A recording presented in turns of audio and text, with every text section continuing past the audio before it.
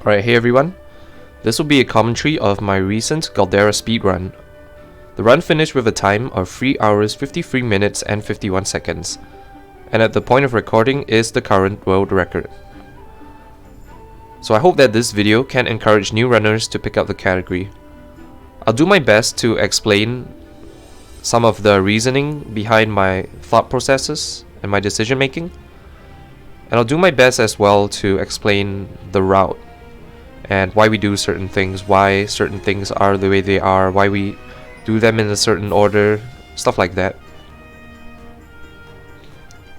I think that Galdera is one of the most fun and rewarding categories to run, because not only do you get to complete the entire game and defeat Galdera, but it's one of the more skill intensive categories, and you're always being challenged to make on-the-fly adaptations and quick decisions. So that's one of the more difficult but fun aspects of running Galdera, and I've really enjoyed it ever since I started running Galdera. And I'm very proud of this run. I think that this run was very good, and my execution for the most part was decent.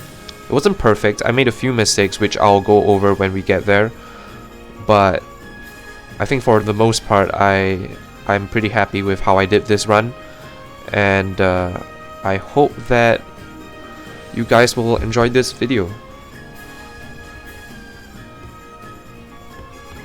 Alright, without further ado, let's get into the run.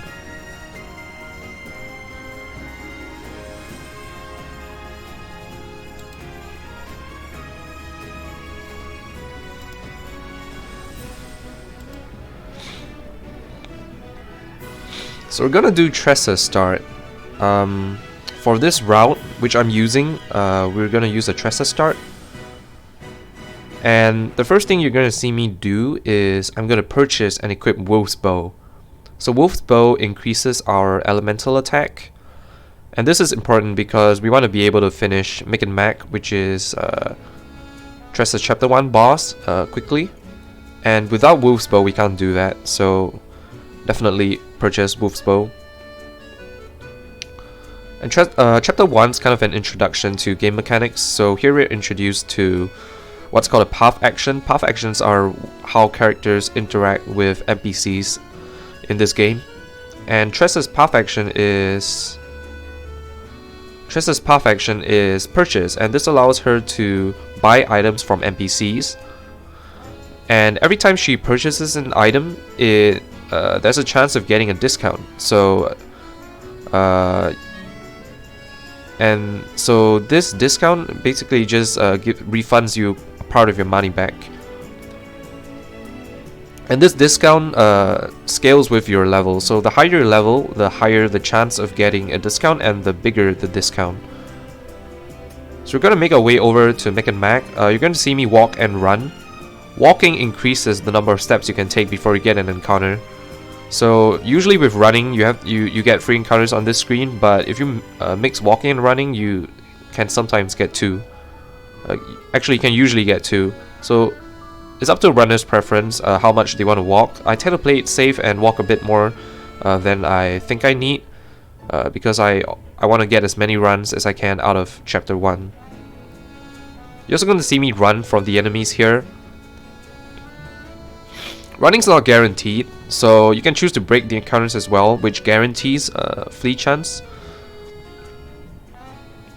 What you saw happen there was on the first encounter I surprised my enemy, and surprising your enemy guarantees that you're able to flee from it.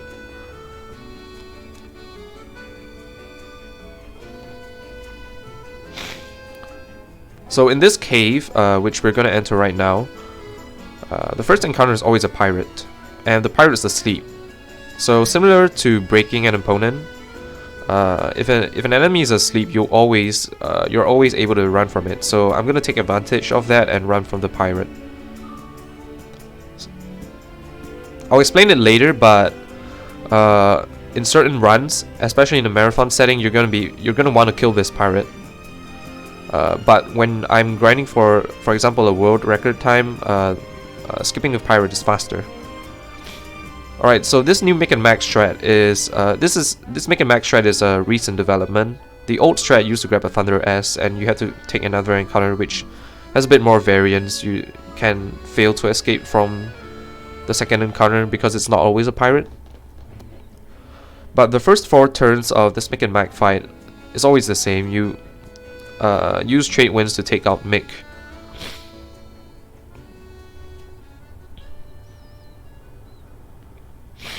And after Mick goes down, Mac always buffs himself, so you can take advantage of that. So sometimes you're not you can take one more attack, and if you know he's gonna buff himself, you can order your moves specifically. So right here, I know I can take one more slice, so I choose to trade winds here because I see that I'm going first next turn, so I can take one more attack. If I'm going last next turn, I have to heal here. So I heal here, and then the second attack after Mac buffs himself, he always charges Pirate's Pride and moves himself to the last on the next turn. So you can take advantage of that as well, and you can time your heals accordingly. So ideally in this fight, you want to heal one time and defend another time. So what I do here is I attack because I know I can take another attack. So normally I wouldn't be able to take the slice here if it's boosted, but since the boost is going to wear off, I know I can take an attack. So I decide to attack and defend next turn.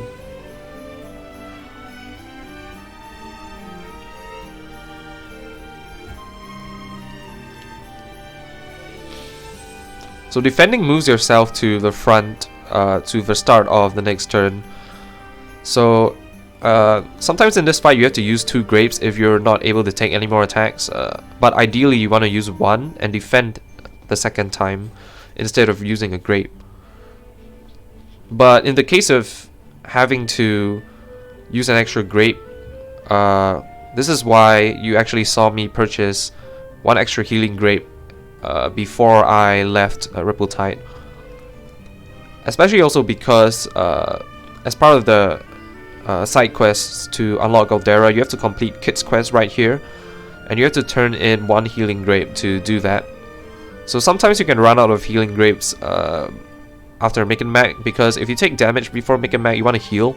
You want to be at full HP for Mick and Mac, and then you can use up to 2 healing grapes, and you have free. So that's why I purchased another one, because in the case that happens, I have 1 extra healing grape to complete Kit's quest. Right, so after Tresses Chapter 1, we're going to make our way over to Atlas Dam. I'm going to be looking for what's called a Kate. A Kate is a rare enemy that can spawn outside of story dungeons. Here it has about a 3% chance per encounter to spawn, and I get about 6 encounters, so that's about 17% to get a Kate. Kates give a lot of XP and JP. JP is job points, and that's what you use to learn skills in this game. I'm gonna want to get job points because I want to teach Tressa this skill called Evasive Maneuvers. Evasive Maneuvers is a passive skill of the Scholar class, which increases the amount of steps you can take before you get an encounter by about 2.5 times. And this is very important for any Octopath speedrun because you want to be able to go to high level areas to get money and resources without getting an encounter, and Evasive Maneuvers is the only way to do that, basically.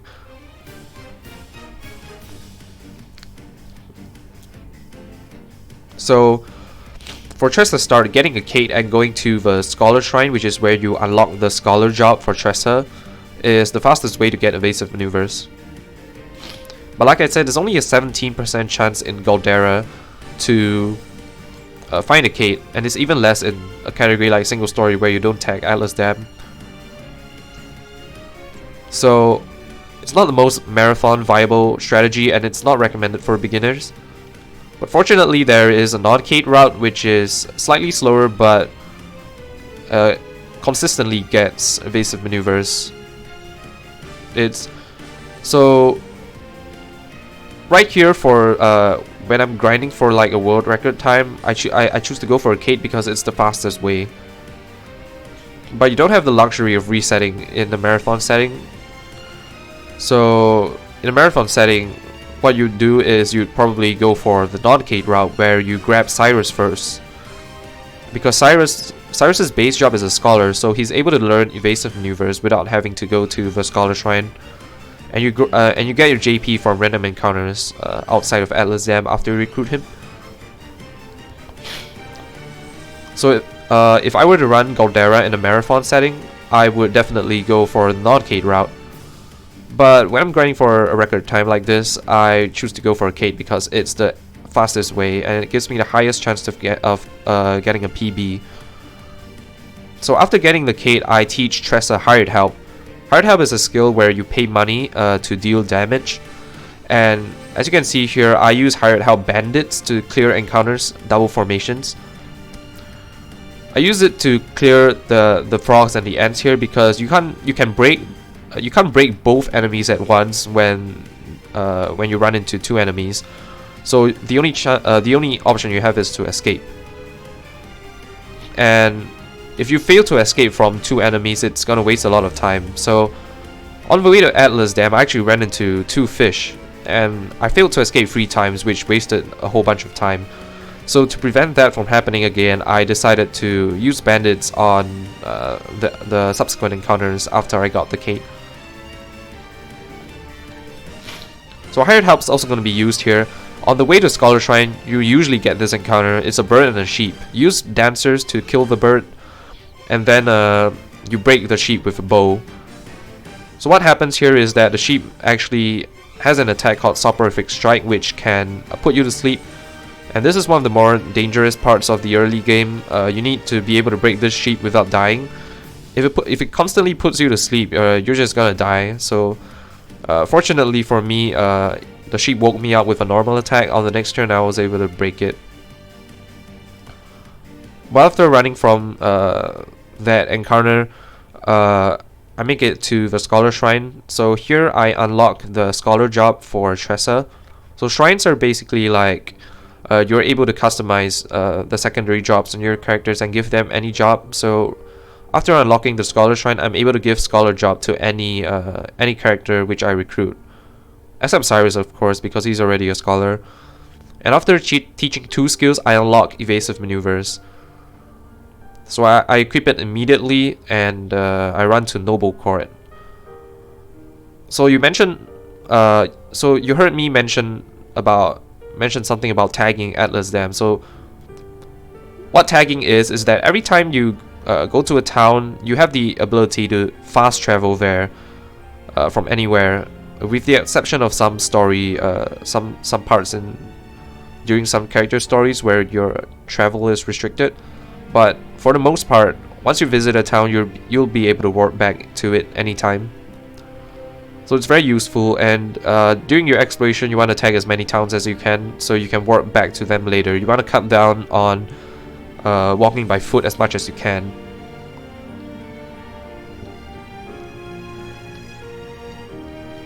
But now that we have evasive maneuvers, it's time to go on exploration. So Octopath speedrunning generally follows the structure of getting evasive maneuvers, going on exploration, and then rushing through the bosses.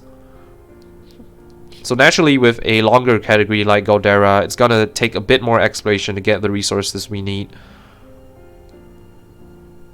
So the first 45 minutes or so of Galdera is gonna be purely exploration and recruiting your first few characters.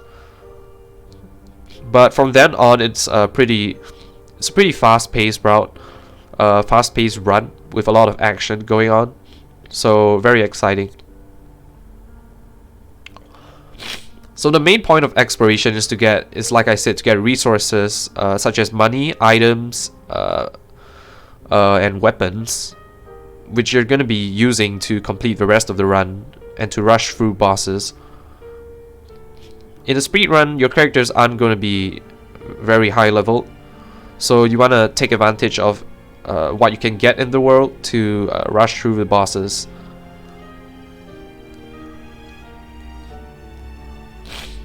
In exploration, you also pick up other shrines and tag other towns so you can fast travel to them later.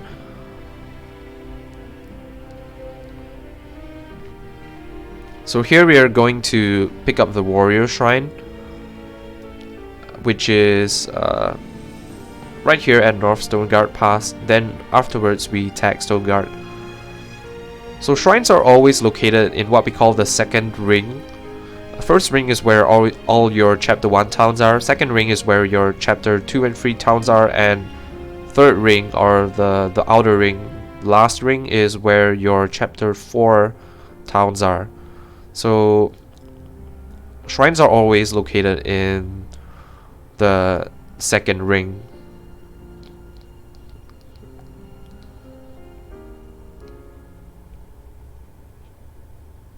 You also saw me heal there. This is because I have extra healing grapes, because I didn't use everything on Mick and Mac. And why I chose to heal there is for safety, because on the way to Stoneguard and later from Stoneguard to Moonstruck Coast, there's a chance of getting an encounter. And because this is a higher level area, the encounters deal more damage. And if I get ambushed, I might die, so that's why I chose to heal, so I can take one attack in the case I got ambushed. Fortunately for Tressa, she's able to break the encounter with bandits, so it's not the end of the world if you get it, but it's still a bit of a time loss, and like I said, if you get ambushed, it could be bad. But fortunately, I don't get the encounter here. And now we make our way over to Moonstruck Coast, where we are gonna pick up the Merchant Shrine. So normally, if you were to run to the Merchant Shrine directly from the entrance, you're gonna get an encounter. And because this is a higher level area, you're not gonna be able to run from the encounters very easily, and the encounters will probably kill you. So what you saw me do there is what's called a save and quit. I save at the save point here, and then I reload the save file. And what this does is it resets my step counter, so I can make it to the Merchant Shrine without an encounter.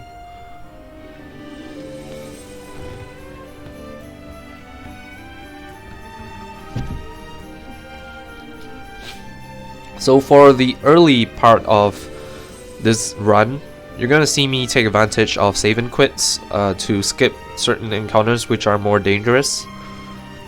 Later in the run, you're not gonna do that anymore after your characters get stronger, but it's very valuable in the early game when your characters are not strong enough to take on those encounters. But after getting Merchant Shrine, we're gonna go ahead and tag Gold Shore, and afterwards we're gonna head over to Grandport to gather even more resources.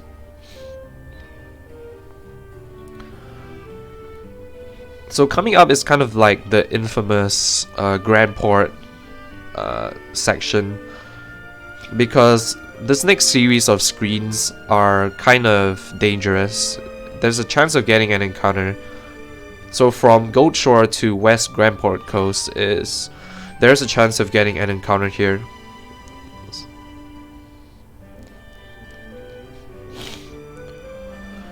And like I said, getting an encounter here, you're most likely going to die, and it's going to waste a whole bunch of time, so ideally you don't get anything. So on this next screen, we have to get a 20,000 leaf chest. Leaves are the currency in this world. You get the 20,000 leaves, and then you make it to the save point. There's a small chance of getting an encounter here, although it's not very likely. But this next walk, after I do a save and quit, I have to get a Thunder L south of the save point, and then make my way over to Grandport. And this section has a much higher chance of getting you an encounter, and it's where a lot of people, a lot of runs die. Because as you can see, this is a very high level area. It's danger level 45, and the game doesn't intend for us to be here at this point. But with evasive maneuvers and save and quit, we're able to make it through the screen most of the time. So if we run into an encounter there, we are most likely gonna die. The monsters in this area one-shot us, and we don't have a very good chance of escaping at all. So once in the blue moon you can escape, but you really shouldn't count on that. but we're able to make it to Grand Port very safely. You saw me purchase some nuts there. Nuts are consumable items which permanently increase your stats. And for a long run like Galdera, those are very valuable. I purchased pomegranates in this next screen here. So pomegranates are consumable items which restore boost points to your characters. I haven't explained boost points yet, but in battle, you start off with 1 boost point, and at the end of every turn which you didn't boost, you get another boost point. And boost points are used in this game to increase the number of hits you hit with your you can make with your attack. You can increase the power of your skills. It also increases duration of buffs and debuffs. So, oh my, what's this?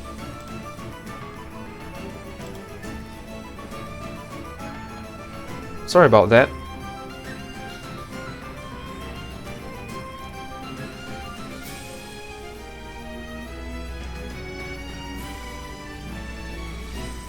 Where were we? Alright, so we just left Grand Port.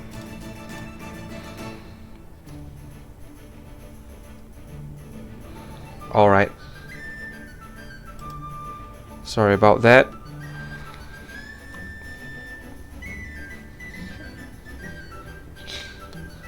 So after leaving Grand Port, we warp back to Cobblestone, which we tagged earlier. Now we're gonna continue on with our exploration.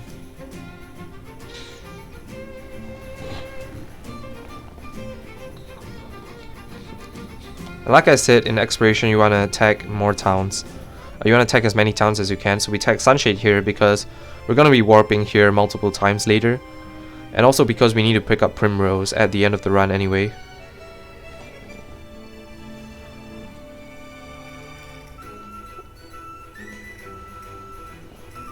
Okay, so like I sidetracked a bit because of the error.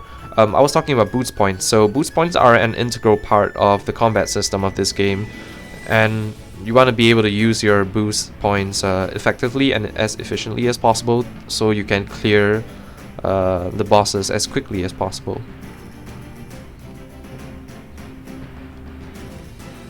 Another feature of the combat system in this game is the break system. So you notice that each enemy has a certain number of shields, and each time you hit an enemy for his weakness, it lowers the shields by 1. And when an enemy hits 0 shields, it will become broken. So every time an enemy is broken, I mentioned before, you have a guaranteed flee rate as long as all enemies are broken. But broken enemies also lose all their moves for the current turn which you break it, and for the subsequent turn. And broken enemies also take twice as much damage from attacks. So you want to be dealing your damage on broken enemies as much as you can. So a lot of boss fights follow the pattern of breaking the boss and quickly dealing large bursts of damage when they're broken. And that's kind of how the game intends you to do battles anyway. So here at Query Quest we start Tressa's chapter 2. You want to start chapters when you enter towns, because if you refuse to start them, you have to go to the tavern and start it manually, which is very slow. So to save as much time as possible, to not lose time, you want to start the chapters when you get into the towns.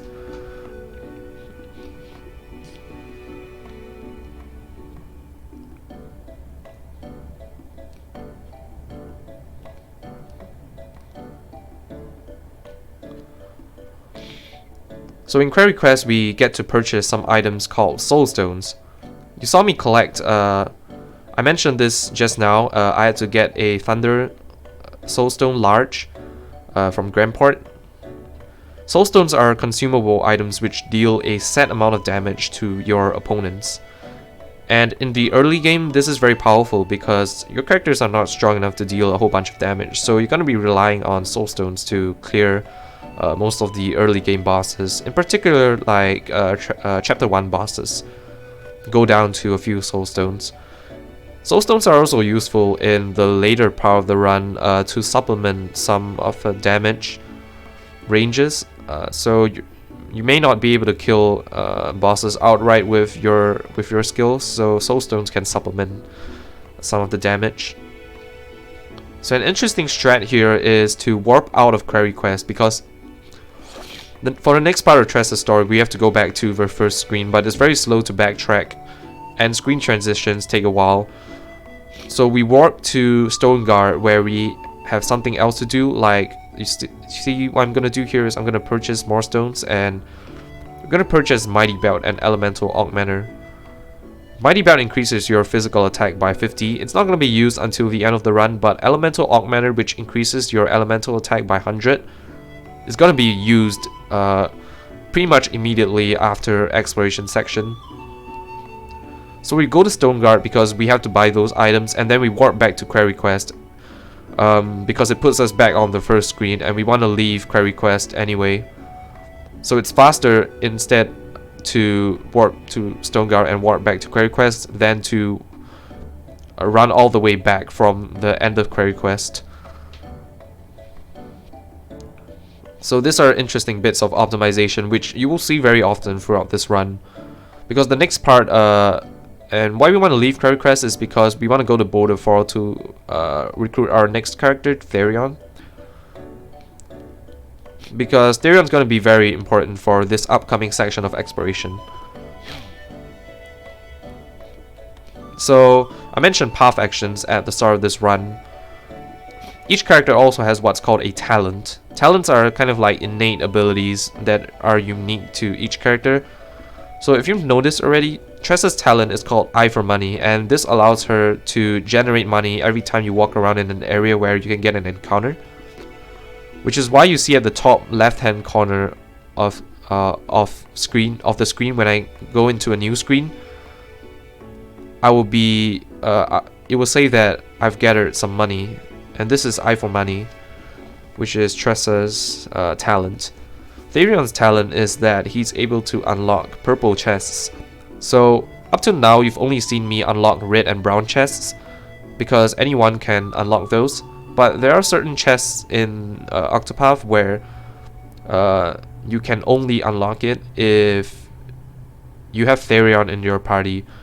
And a lot of these chests have a lot of money and strong weapons and armor behind them, inside them.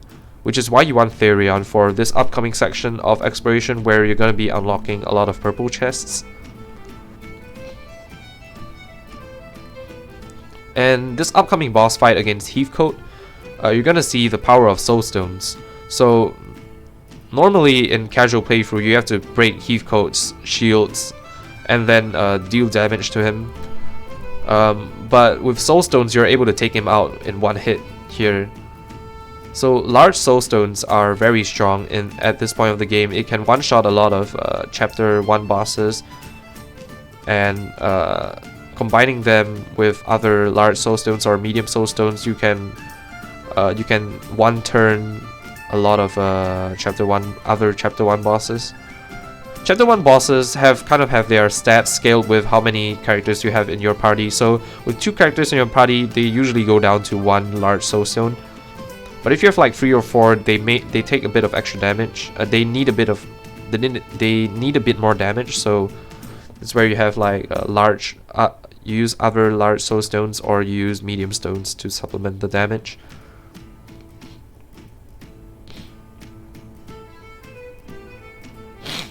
So as I left Boulderfall, you saw me steal some items.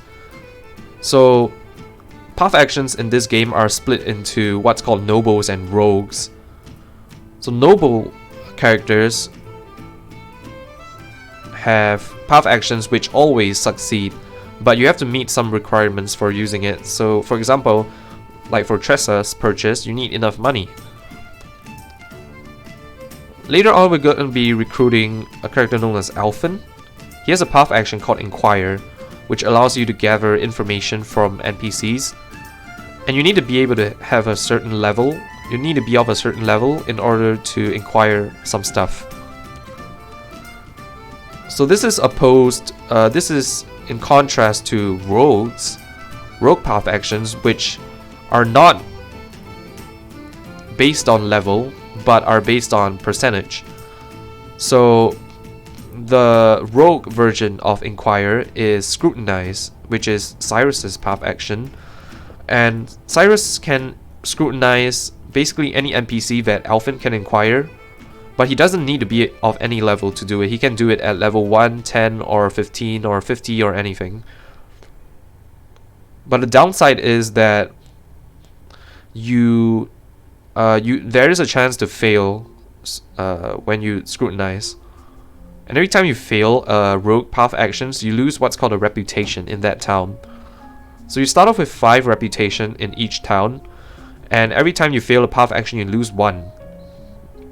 And if you hit 0 reputation, you won't be able to use any more path actions in that town, and you have to go to the tavern to reset your reputation, and it costs money and a lot of time.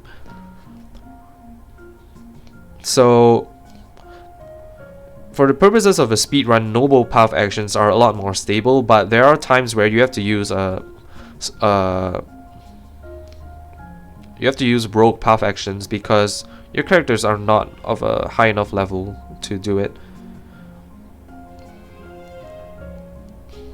So Therion's path action is Steal, which is similar to Tressa's path action. You're able to obtain items from NPCs, but instead of paying money for them, you get to steal them based on percentage. Interesting thing about Boulder Fall is that most of the items in Boulder Fall in Therion's Chapter 1 have a 100% steal rate, but this is not the case in other towns. Fortunately, the higher your character's level, the higher the chances of rogue path actions succeeding. So Therion's Steal is going to be a lot more powerful later on when he gains a lot of levels.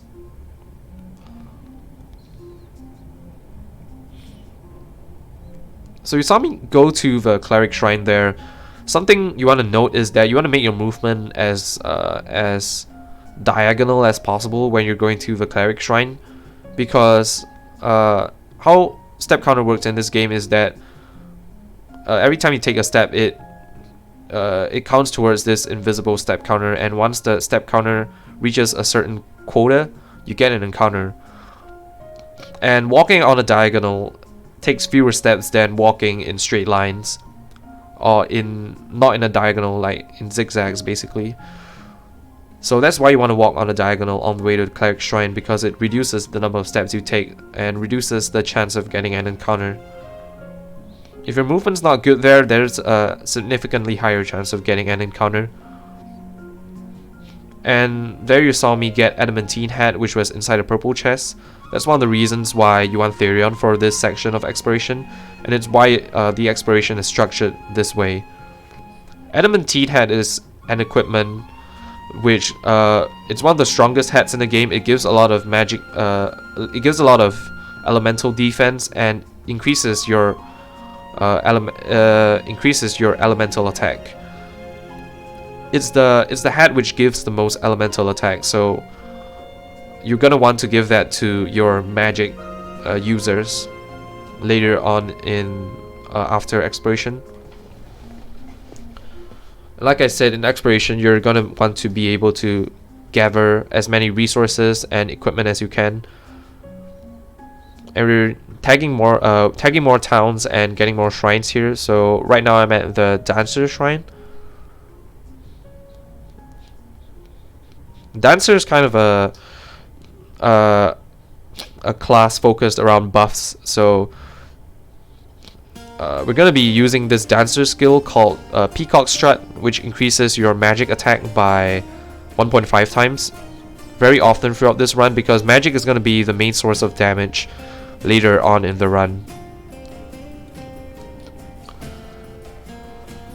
Alright, so I haven't mentioned this yet, but for the early game, when our characters are not that strong yet, we can't be relying on magic just yet to deal all damage. So we're gonna be relying on hired help, and the highest tier of hired help is called veterans. And veterans deal a lot of physical damage. You pay 30,000 leaves to deal a lot of physical damage, and they are sword based. So that's gonna be you're gonna see it come into play pretty soon after exploration, and it's gonna be the main source of damage until we get strong enough to use magic as our main source of damage. But something about hired help is that hired help veterans is that it deals physical based damage, like I said, and the thief class has a debuff called armor corrosive, and armor corrosive increases the physical damage taken by enemies by 1.5 times. So this is also and Therion, being a thief, has access to armor corrosive. And this is also why Therion is kind of important, because in this early section of the game where you're gonna want to use vets, you're gonna want to have a Therion in your party to apply armor corrosive. I'm sorry about my cursor there, I didn't notice it was there.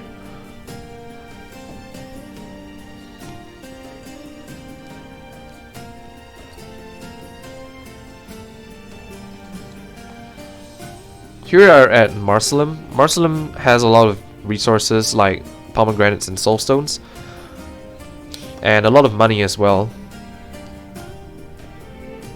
And right after Marcelum, we're gonna go on our last bit of exploration for this section before we start to recruit characters. So we're gonna warp back to Stoneguard, and we're gonna make our way over to Everhold. So Everhold, like Grandport, is one of the more infamous sections of this run when it comes to exploration, because it features a series of maps where you have a chance of getting an encounter, and like Grandport, it's a very high level area, so if you get an encounter, you're probably gonna die.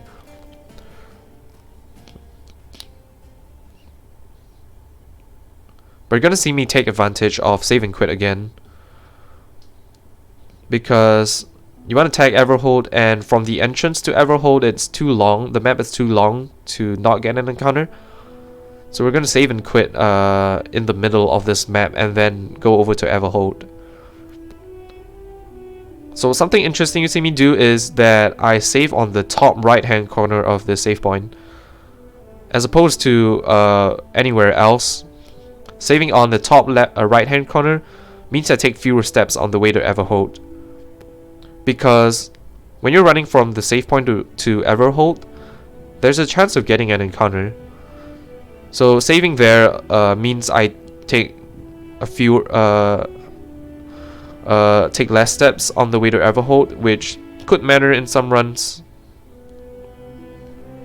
And it's a little detail which I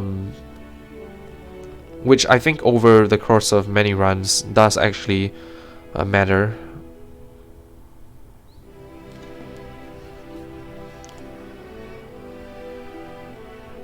So on the way back to the save point as well, there's also a chance of getting an encounter. These two walks, I mean, from the save point to and from Everhold, there's a small chance of getting an encounter. It's not the most likely, but there is a chance. But the map that's really dangerous is this upcoming map called Everhold Tunnels. Everhold Tunnels is a very high level area. I think it's danger level 50 or 55. And it's a very long map, and there is a chance of getting an encounter.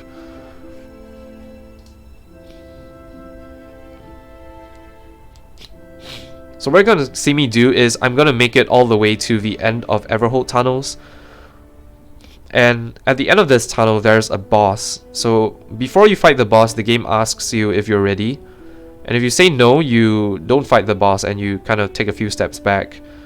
But what this also does is that it also resets your step counter, much like a save and quit. So going to this boss prompt can sometimes get you an encounter, which is very bad if you get it, because you're usually gonna die. But once you get to the prompt, it's pretty safe from there, because you reset your step counter every time you in between opening chests. So in tunnels, you get a few things. You get a large pomegranate from the entrance. You get 35,000 leaves. Then you get knowledge staff, which is one of the most powerful staffs in this game, and it also gives you an increase in speed. I'll explain speed in a bit, but the last item here we get is Death Cleaver, which is one of the most powerful axes in the game. So knowledge staff comes with a boost in speed. Speed influences how often your character tends to act. So a character of higher speed will usually go before your other characters, and will usually go before certain enemies which are slower.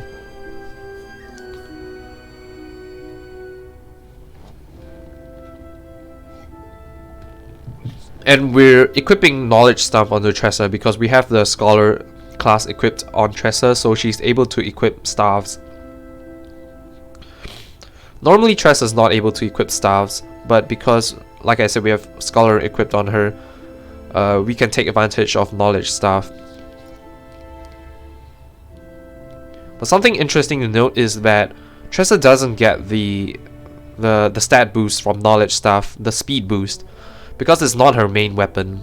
So if we were to equip the knowledge staff on someone like Cyrus, who uses staffs as his main weapon, he would get the speed boost.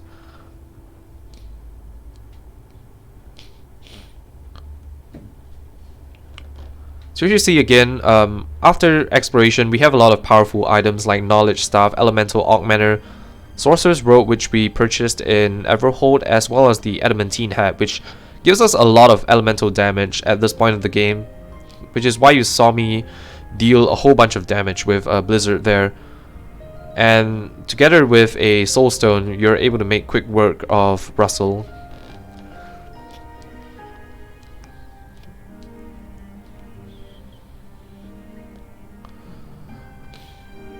So at this point of the game, our magic deals quite a bit of damage, but not enough to kill stronger bosses. So we're gonna use magic in conjunction with soul stones for the chapter 1 bosses,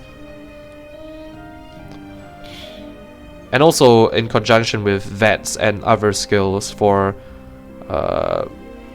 the upcoming ones. So after recruiting Cyrus, we make our way over to Flamesgrace, where we recruit Ophelia.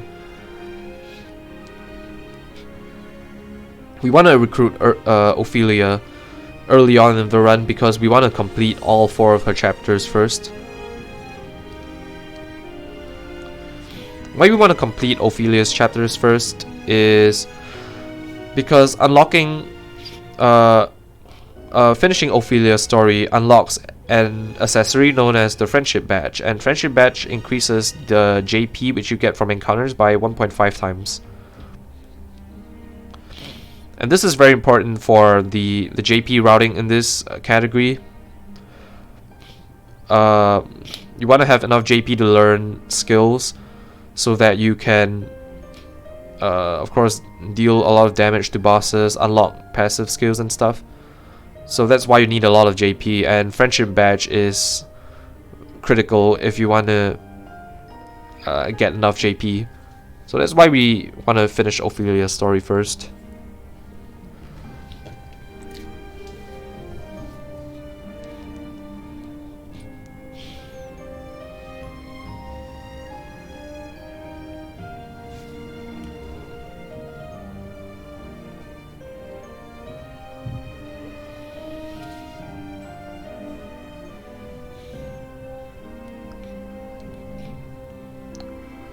So Ophelia's Chapter 1 boss is Guardian of the First Flame. Guardian has a lot of HP, so we're not going to use large soul stones to kill it. We can do it, but it will use a lot of soul stones and it's not very efficient. So what we're going to do is we're going to break the Guardian and defeat it with Blizzard and a medium soul stone.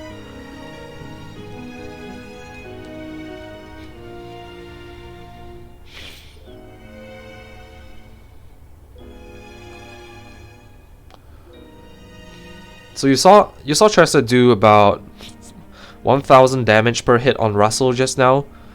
She's gonna deal about 3000 damage per hit, so 6000 damage total with max boosted Blizzard here.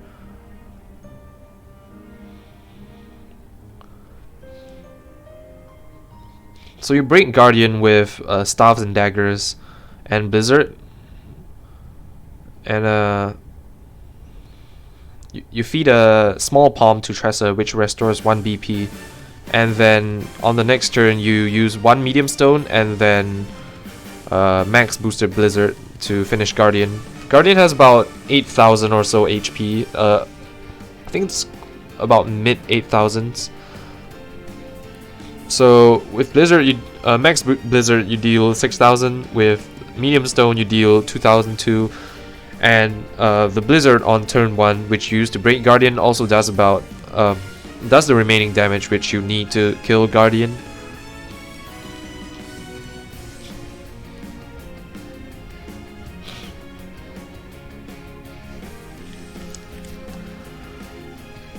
So after picking up Ophelia, we're gonna pick up Alphen next. Alphen's an apothecary, and Alphen's talent is called Concoct. And Concoct is one of the most busted skills in this game. What it does is it allows Alphen to mix together a bunch of ingredients, which you can collect from defeating enemies, and you can obtain them from NPCs, and some of them you can buy in shops. And they produce a lot of a variety of effects. So Concoct is very useful for breaking enemies. It's useful for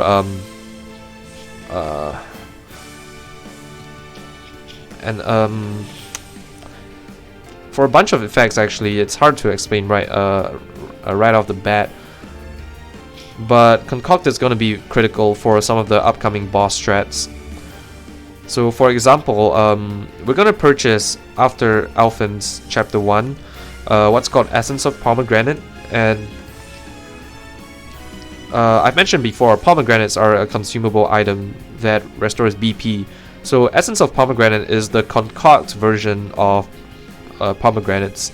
So you're able to combine it with some other ingredients to restore BP to your entire party.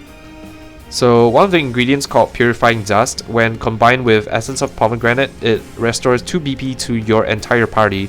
So that's the equivalent of a medium pomegranate, which restores BP to only 1 party member, except you restore 2 BP to the entire party. So you can already start to see how good Concoct is.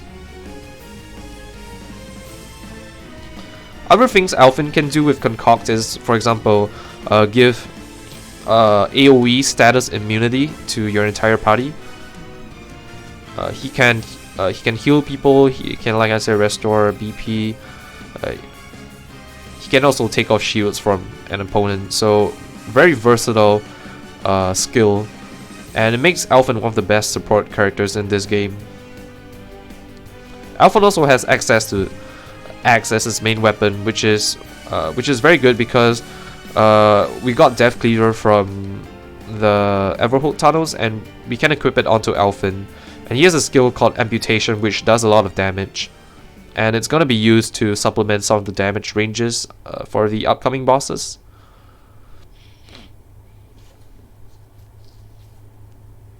And that makes a lot of the fights possible. So like I said, after Alphen's Chapter 1, we're going to purchase Essence of Pomegranate here. Then this is the last character that we recruit before we finish Ophi's 4 chapters, or the remaining 3 chapters for Ophi. So this is where the Sunshade tag comes in handy. We go back to Sunshade because it's the closest town to Saintsbridge, which is where Ophelia's Chapter 2 is going to take place.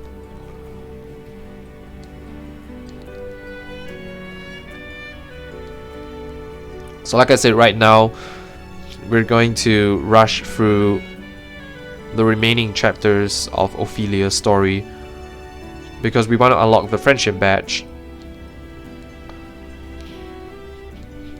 So finishing Ophelia's story has always been one of the key aspects of Galdera routing, because having friendship badge and being able to get more JP has always been very valuable. Later on in the run, you're gonna get access to a lot of powerful jobs and powerful support skills, and those take a lot of JP to learn. So you really want to have friendship badge so you can get as many skills as you can as early as you can.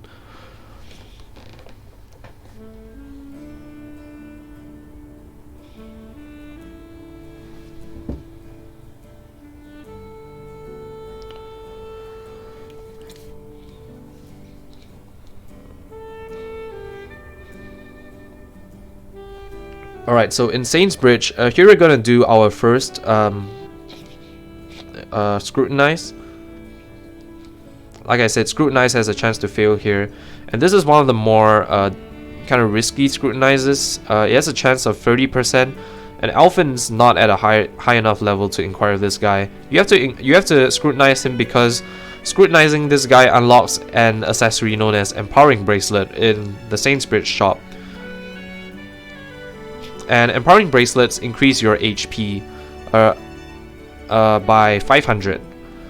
And at this point of the game, it's gonna be used throughout the entire run actually, but especially in the early game, your characters don't have a lot of bulk to survive strong hits, especially because you're gonna want to have enough HP to survive stronger attacks from Ophelia's Chapter 3 and 4 bosses. So Empowering Bracelets are very important for that, as well as having enough HP for the stronger bosses later in the run. So it's kind of a necessary evil which that you have to use. You have to scrutinize that guy. You have 5 chances, of course, but if you fail all 5 scrutinizers, you have to reset reputation, which takes a lot of time, and it also costs 8,000 leaves, which is quite a hefty amount. And you have to find some way to get back that 8,000 leaves if you have to reset. Fortunately for me, I get it on the second try, which is good. Definitely, first try would have been better, of course, but no complaints there. Second try scrutinize. And after doing some mandatory story stuff, we go over to Mirkwood, where we're gonna face Veneer, which is Ophelia's Chapter 2 boss. On the way to Mirkwood, you wanna take the encounters here, because you're gonna want to start the kill encounters for JP and XP. And here you see knowledge staff coming into play. Ophelia is able to equip staffs as her main weapon, which is why she gets the speed boost from knowledge staff. So she would tend to act first, as opposed to if she didn't have it, or slower characters.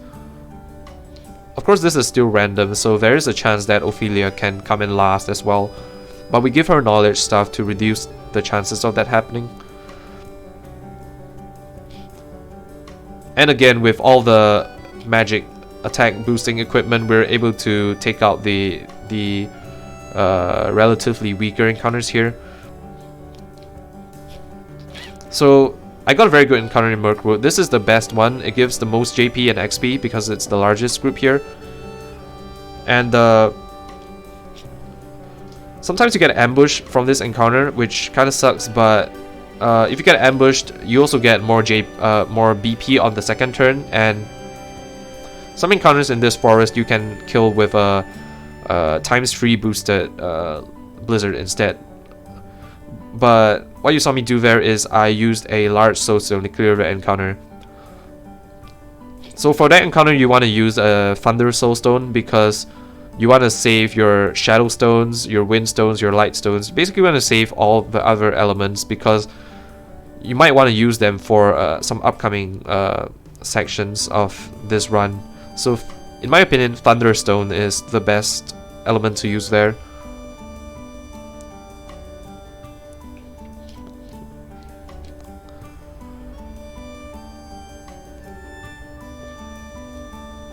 Here you're going to see Amputation being put to work, being put to use, Blizzard, as well as Hired Help Veterans. Like I said, Veterans is going to be our main source of damage for the early part of this run. And you saw it deal about 24,000 damage there, so it's a lot of damage for this point in the run where our characters are not strong yet. But obviously, using veterans throughout the entire run is not sustainable. It takes it takes a lot of money, and we don't have enough money to use veterans on on all the bosses. And also because as the bosses get stronger, you need a lot more veterans to kill. So not only does that take more money, but it's also kind of slow. If you have access to faster skills to kill the bosses, it's better to use those instead. So we're gonna want to graduate from using veterans later, but for the early game, it's the best and most convenient source of damage.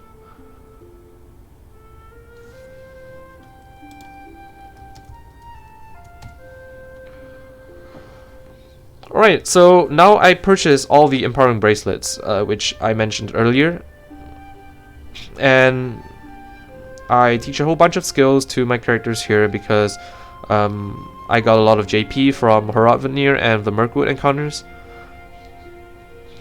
And we're gonna go over to Goldshore very quickly, where we proceed with Chapter 3 of Ophelia's story.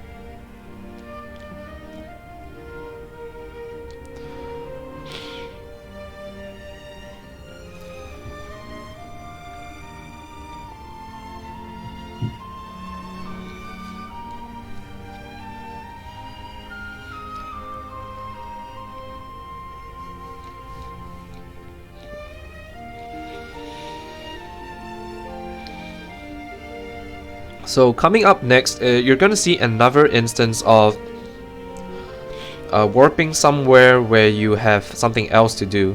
So it's similar to just now in Query Quest, where we warped out of the second screen of Query Quest. Because after the story stuff in Goldshore, you're going to need to go back to the first screen.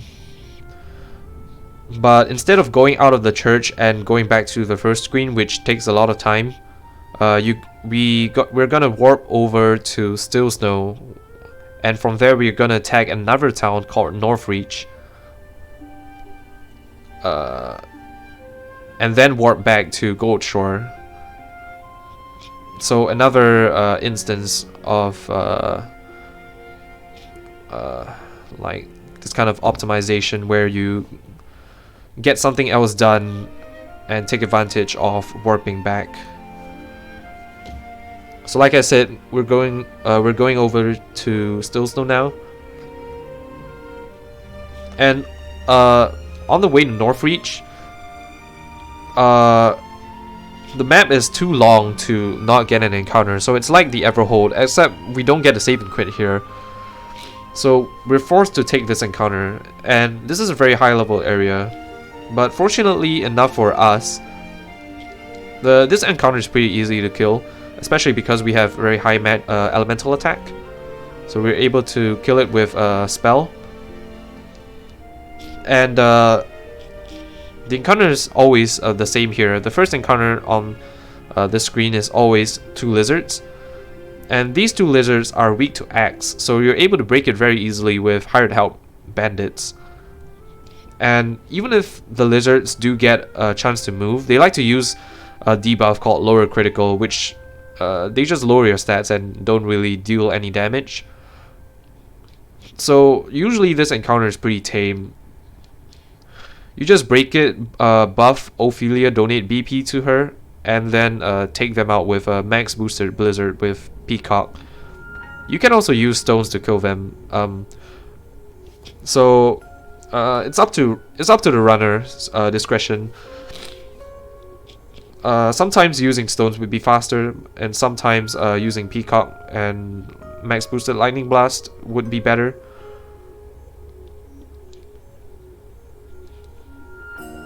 But there, I surprised my opponent. I surprised the lizards, so I was able to guarantee that I could kill the lizards without taking any damage, which is nice.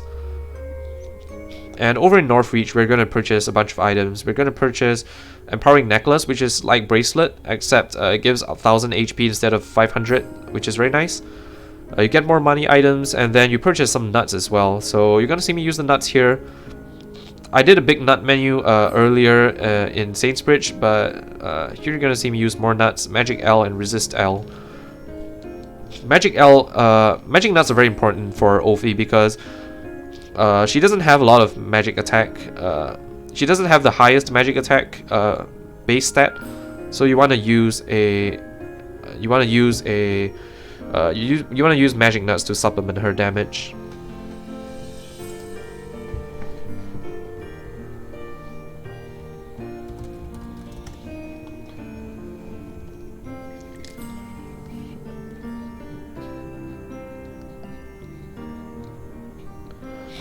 Resist Nut L increases your magic defense, elemental defense, and so for some of the upcoming bosses, you're gonna want to use nuts like Resist Nut L and Nourishing Nut, which increases your max HP, so you're able to tank some of the attacks from the upcoming bosses.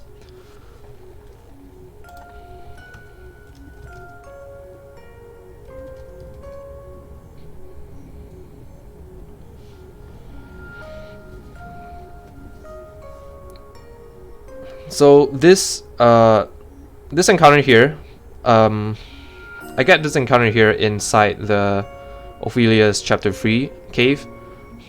The good thing about this encounter is that you're always able to clear it very quickly with a large Soulstone L. It can get ugly if, for example, I get ambushed and I have to sit through 6 attacks and they start to throw stones at me, but I saw that Therion's going first on turn 2, so I know that I was very safe and I could just kill it even though I got ambushed.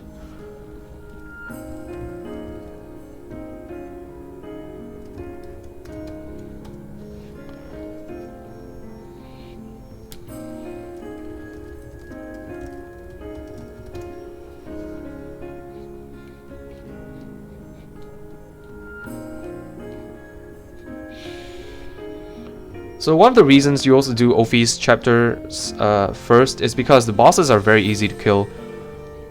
So Mystery Man Shady Figure here, it's always scripted. And on turn 2, the Shady Figure, which is the guy on the bottom, he uses this AoE light attack called Luminescence, which deals damage. I mean, deals damage to your entire party because it's AoE.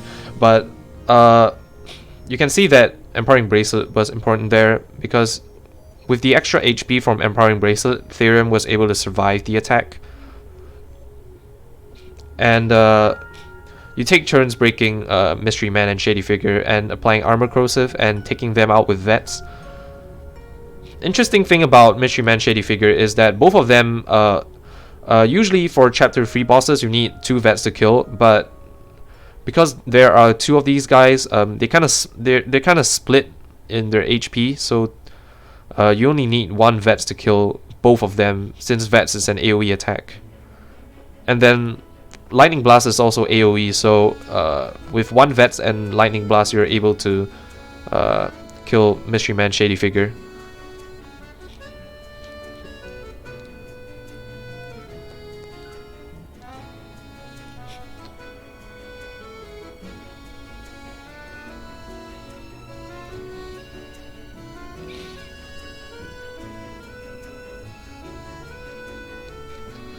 So you might have noticed that as part of the Saintsbridge menu, I also swapped around the party configuration, party slots. I put Ophi in the first slot because she's gonna be our main damage dealer, and we're gonna want to apply a lot of buffs onto her. And every time sometimes when you defend, the cursor resets, and it defaults to the first character, so it's easier to have Ophi in the first slot. So when the cursor does default to Ophi, you can apply your buffs to Ophi.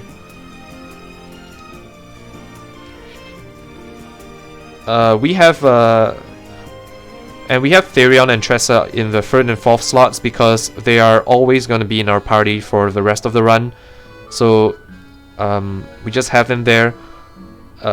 It's kind of flexible, but we have the 2nd slot as the kind of the free slot where we're going to be swapping party members in and out using the 2nd slot. It's just a bit more convenient to do so. It requires fewer inputs, so as opposed to having the free slot in the third slot, you have to use a bit more inputs every time you want to swap party members. So over in Noble Court, we start Therion's Chapter 2, and Therion's Chapter 2 is very long. You have a lot of cutscenes, and you have to go back and forth between the first screen and second screen. So we're gonna take our time to finish Therion's Chapter 2. So we're gonna start it very early, and on the second screen, after the cutscene, we are gonna warp over to Victor's Hollow and make our way over the Dusk Barrow, so tagging another town.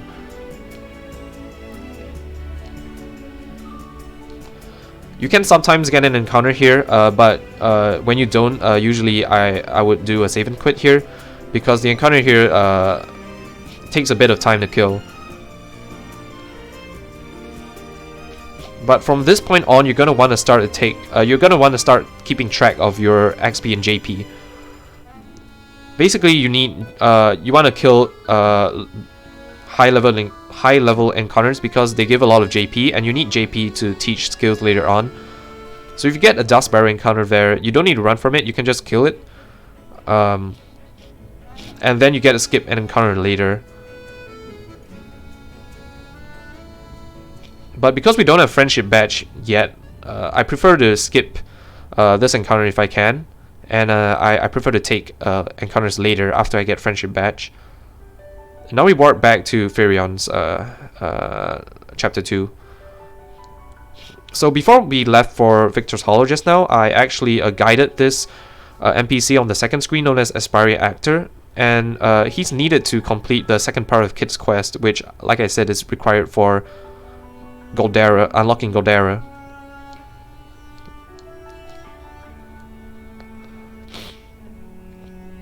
And an interesting thing about this quest is that it puts us outside Noble Court, so it gets a lot done.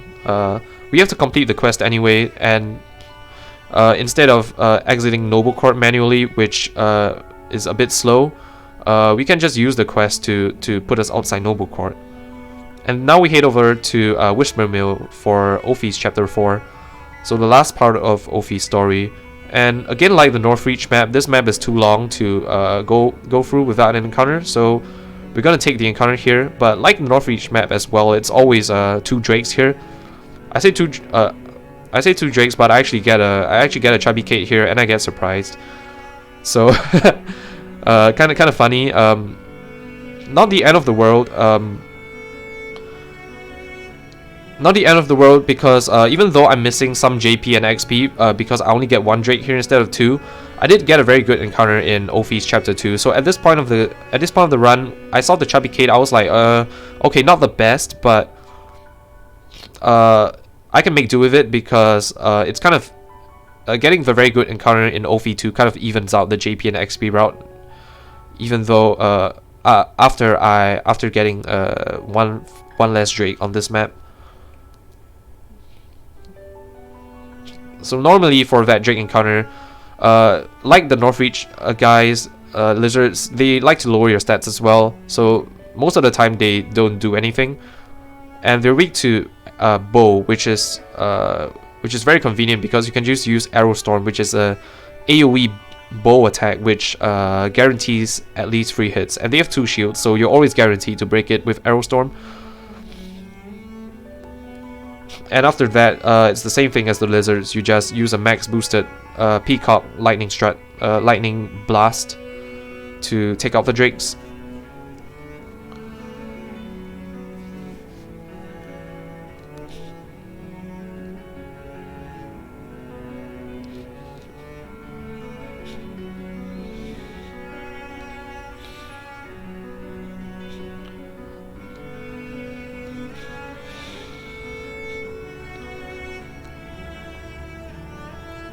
Alright, so the reason why you have we start with Tressa is, well, there are a bunch of reasons. Firstly, you can't swap out your starting party member until you finish their 4 chapters.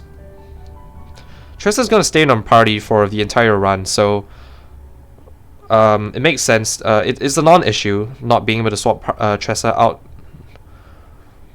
for half of this run, because we complete Tressa's chapter 4 in the middle of this run. Tressa's also one of the closest characters to Scholar Shrine, which is where you unlock evasive maneuvers. And she has one of the fastest methods to get evasive maneuvers, where you just find a Kate and kill it with Ice M, which you get from killing her chapter 1 boss. So this encounter here is where I made my first major mistake of the run. This guy's gonna double bite into Alphen and kill him, and instead of revive, I made a wrong move by reviving Alphen with Olive of Life S instead of L, and the guy's just gonna take. Unfortunately for me, he's gonna attack into Alphen again. I also made the wrong move of defending with Tressa because I don't have enough BP to break the guy here. So I have to delay the kill by one more turn, because I need to kill the bats here, and then I need to break this guy on the next turn. So I could have done it in 2 turns, but instead I made a mistake and have to kill him in 3 turns. So this is one of the major mistakes I think I made in this run. It cost me about probably 15 to 20 seconds. So not the worst, but definitely a point of improvement.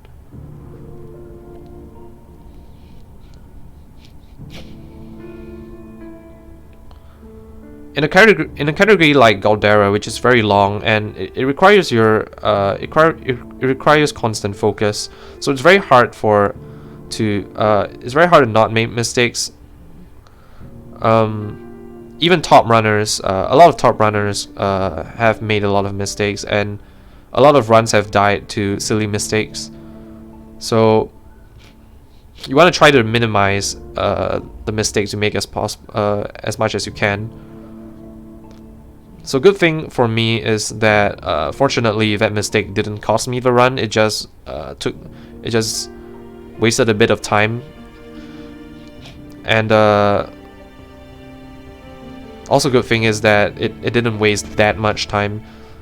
I made a mistake in my previous PB before this on one of the later boss fights, which cost me about 45 seconds, which you can imagine is a lot of time compared to just taking a bit of extra time to kill that encounter there.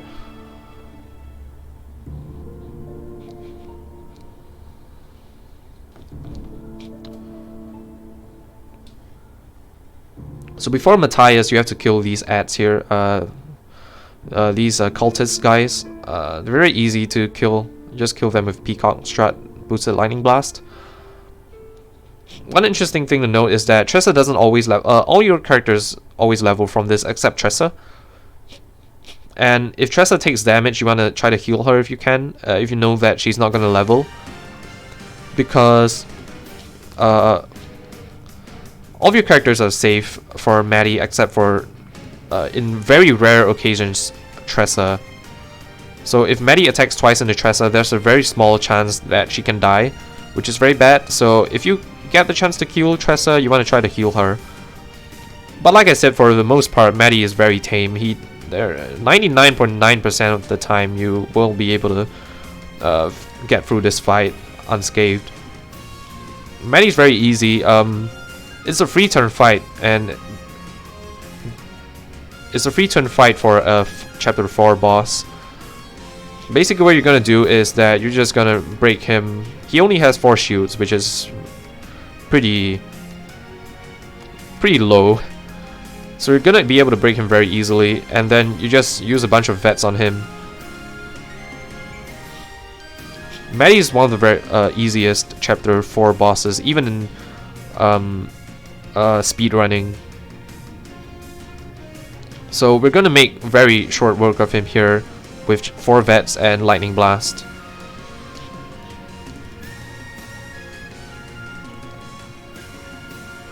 So like I said, Ophi's bosses are one of the easiest, some of the easiest to kill, and that definitely helps out having Maddie, having Herat Veneer, Mystery Man, Shady Figure, and Maddie earlier on in the game, in the run, because they're very easy to kill and you get like XP and JP from them, and also because you unlock Friendship Badge.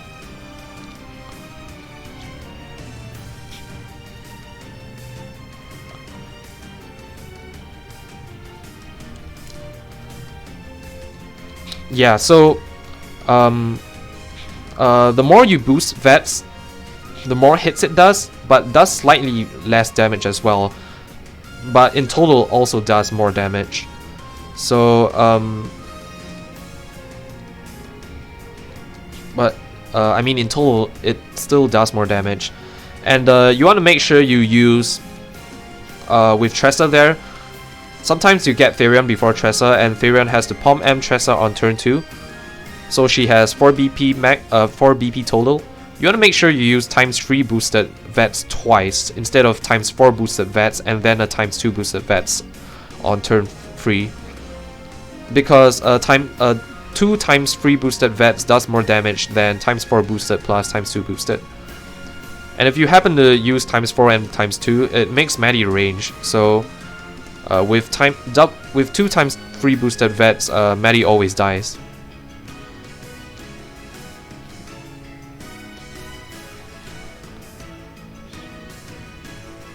So after finishing Ophi's story, we're gonna run some errands here.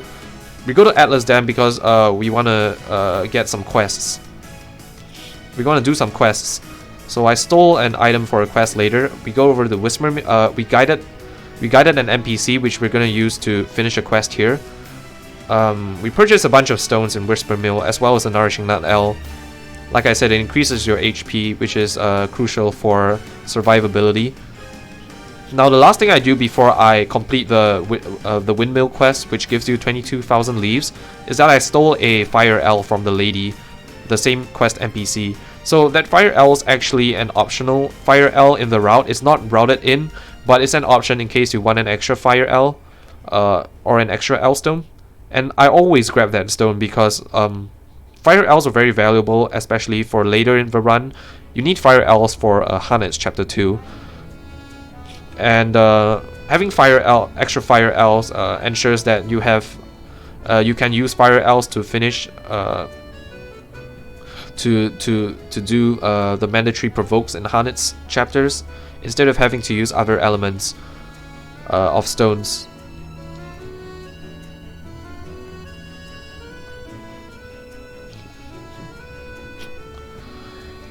So sometimes you don't have enough Fire Ls because it didn't happen this run, but in Ophi's Chapter 4, sometimes you run into the Dark Elementals, and Dark Elementals die to either a Light Soulstone or a Fire Soulstone. And like you saw in my Chapter 3, sometimes you have to use a Light Soulstone on the Believers. So you don't have a Light Soulstone by the time you get to Ophi 4, which is why you have to use a Fire Stone to kill the Dark Elementals if you get them. Elementals are very dangerous because they deal a lot of magic damage and they can deal AoE damage as well. So you want to kill them as quickly as possible. So Fire L is definitely the way to go if you encounter a Dark Elemental in Ophi 4. So sometimes if you have to use a Fire L in Ophi 4, you're gonna not have enough Fire Ls for Hanet 2. Which is why I like to steal the extra Fire L from Whisper Mill.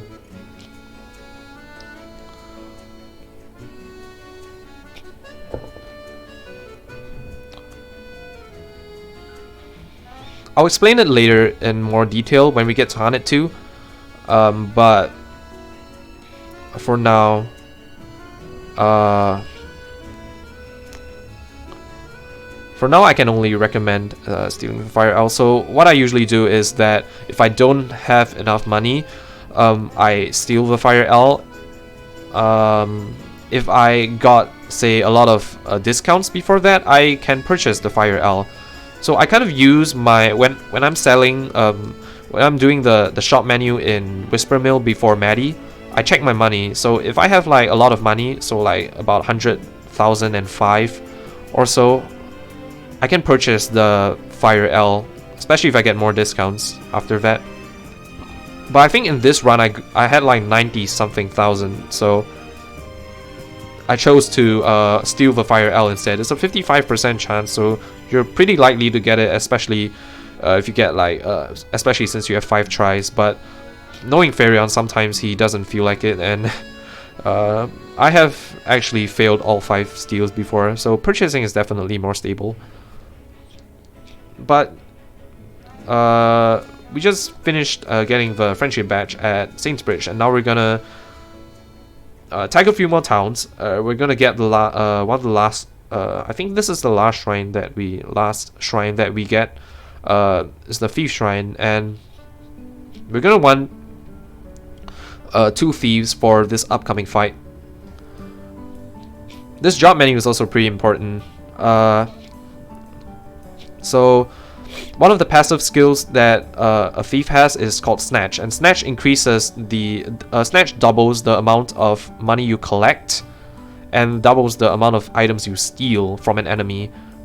So we want Tressa to have Snatch because we're gonna be using Collect to get a whole bunch of money from some of the upcoming bosses, and being able to double what we collect is very important and very helpful for the money route. And it's basically required to have enough money to kill the upcoming boss with vets, because we don't have enough money. I'll get to that later very shortly. But another thing that we do in this menu is we teach Therion 4 cleric skills, which unlocks this passive called Evil Ward. Evil Ward increases the chance that you have to escape from enemies. So basically it guarantees that you can escape from chapter 1 and 2 encounters. For chapter 3 and 4 encounters, it's not a guaranteed flee rate, but it does increase the chance of you being able to escape. So having Evil Ward is very important for stability in this run.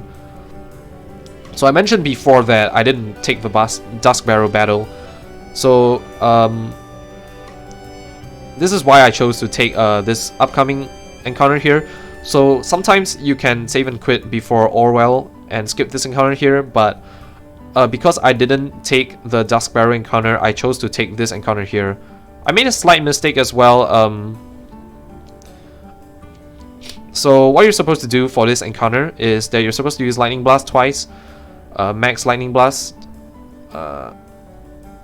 on turn 1, so times 2 boosted Lightning Blast on turn 1, and then times 3 boosted Lightning Blast with after donating BP to Ophi. I made a small mistake by donating BP to Tressa instead because I didn't pay attention to where the cursor was, so I have to clear the encounter here with a large stone.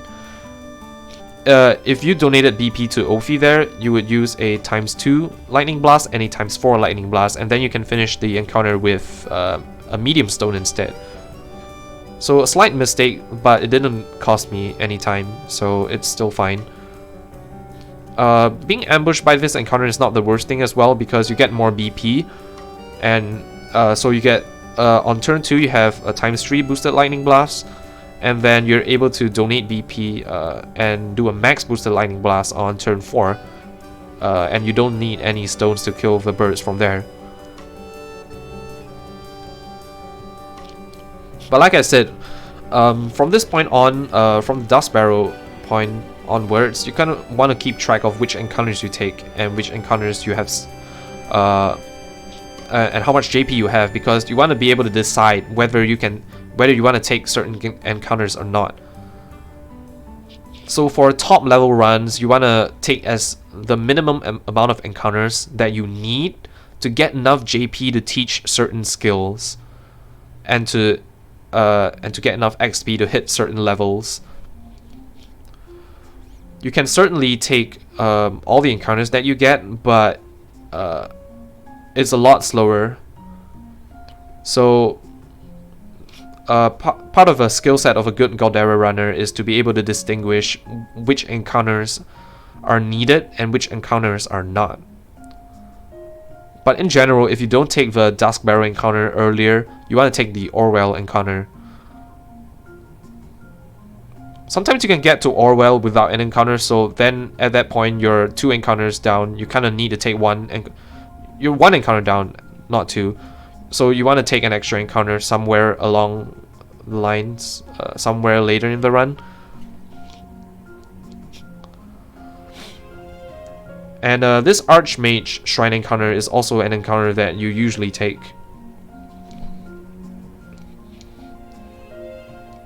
So I got a pretty good encounter here. I surprised the encounter as well, so I'm able to kill it very quickly. Sometimes you get a Revenant, which has a lot of shields and doesn't really give a lot of XP JP. So if you get a Revenant, it's very bad, so you have to usually you just run from it, and it takes too long to kill anyway. But this encounter is pretty good. I can break it with Mercs. They only have 2 shields, so I break it. You don't need to care about the guy at the back because he has very little HP and he dies to Blizzard. So you're gonna see me donate BP to Ophi right away, and I'm gonna use a Blizzard to kill the guys. One of the guys does survive, but it's kind of a range, so I just whack him with an axe and he dies. So very good encounter here. Definitely helped out a lot. It's a lot faster, definitely, to be able to kill them in 1 turn than to get surprised and kill them in 3 turns. And this upcoming fight against Drysang is where you unlock the Sorcerer job. So Drysang is our first secret boss fight. Secret bosses unlock certain jobs, very powerful jobs, after you beat them. And Sorcerer is one of the most important jobs to get in for Galdera speedrun. And basically any competitive Galdi route revolves around getting early Sorcerer. So the fight starts off with getting Armor Corrosive ×3 onto Drysang. You have 2 thieves for this. So you use the first thief to palm the second thief, and then use ×3 Armor Corrosive. Then from then on you want to deliver BP to your merchants, and then use Vets on Drysang.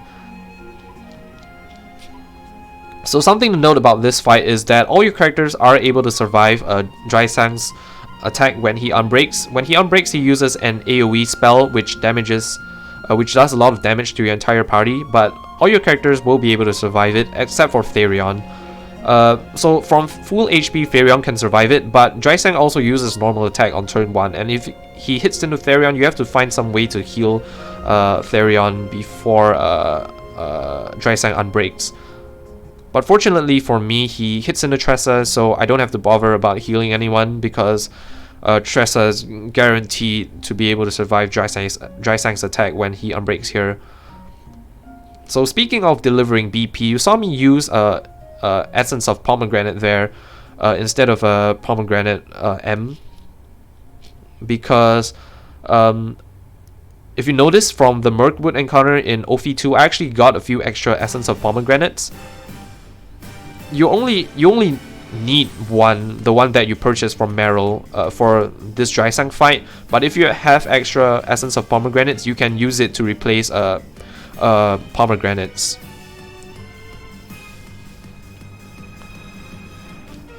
Which is a nice bonus because I can skip some Pomegranates later, and I don't have to worry so much about not having enough Pomegranates for the end of the run. So that's why I decided to use Essence of Pomegranate instead of a Pom M in this fight. With Elfin's Concoct, of course. And here you see Pomegranate Panacea being put to work. Purifying Dust plus Essence of Pomegranate restores 2 BP to your entire party, and is extremely busted and makes this Drysang fight possible. So earlier iterations of the Drysang fight used to get certain accessories which allowed you to survive attacks from Drysang. But since then, we've shortened the fight to 6 turns, so we only need to survive 1 attack, and then we can finish him with within 6 turns. Before that, the fight was slightly longer, and you had to survive a few more attacks. So a very clean Dry-Sang fight there, and I finished with a Dry-Sang split. My Dry-Sang split was in the mid 127s, so I kind of used the Dry-Sang split as an early indicator of how good the run is going to be. 127 Dry-Sang is a very good time. 128 and 129 is kind of normal. It's kind of the average Dry-Sang split. So being able to have getting a 126 or 127 Dry-Sang is puts you in a very good position to PB later in the run.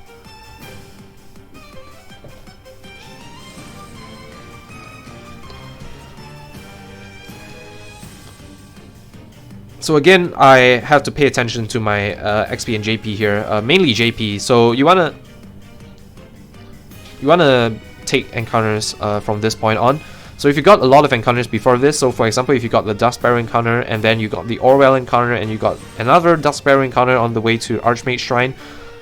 So you took a lot of encounters, you're able to skip Tressa 2 encounter here, but because I only took the Orwell encounter, I decide to kill the encounter here when I get it. So if you got a lot of encounters and you're planning to skip the encounters here, you can teach us. You can do the sorcerer menu, upcoming sorcerer menu, before you go onto this screen, because in that menu you also teach Tressa Percipience, which is a support skill which prevents being surprised by enemies. So it's a bit safer, and because you're not going to kill the monsters anyway. But because I'm gonna take the encounters here, I decide to keep Scholar on Ophi for the time being, because you can kill these guys with Lightning Blast, and Lightning Blast uses less SP than Sorcerer spells, 22 instead of 36. And this is actually important because then I don't have to heal for Tressa's Chapter 3 boss. I get a very good encounter here inside Morlock's Manse, and at this point I'm at 4,009 JP, close to 5,000, so I'm in a pretty good position. This is a pretty high amount of JP at this point. So right after that encounter, I teach Lux Conjurer and Elemental Break to Ophi, and I teach the Scholar skills to Tressa to unlock Percipience, and then I give her Dancer and Peacock Strut. And like I said, Peacock Strut is going to be used from throughout the run to boost the magic attack of your Sorcerer. So a lot of Chapter 2 and 3 bosses here are going to kind of follow this structure where you Peacock Ophi on turn 1, and then if they have ads, kill the ads on turn 2, and then kill the boss on turn 3. Also with Elemental Break on turn 1. So Elemental Break, like Armor Corrosive, is like Armor Corrosive except for magic attacks. So it increases the magic damage that an enemy takes by 1.5 times. It also has the benefit of being a staff attack, so Omar's weak to staff, so Elemental Break actually takes off 1 shield from Omar as well. And then it's just a matter of donating BP to your characters. And these upcoming fights are where having Ophi in the first slot really makes a big difference, because usually when you defend, the cursor defaults back to the first character, like I mentioned, so you're able to just mash through and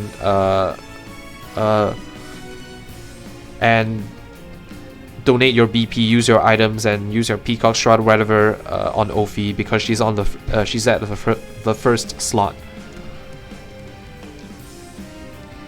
As opposed to if Ophi was in another slot, you have to, every time you defend, you have to manually move the cursor back onto Ophi. That's why you have your main sorcerer in the first slot. So something about cursor mechanics in this game. The cursor, every time you target a character or an enemy, the cursor kind of stays there. It resets when you defend, I think. I say I think because that's usually what happens, but sometimes Sometimes it doesn't, I think, for some reason.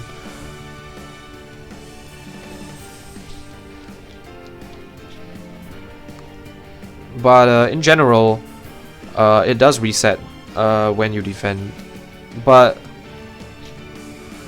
for example, let's say if most of our skills are gonna be onto Ophi anyway, so the cursor is gonna be on Ophi most of the time, unless you have to use an item on another character.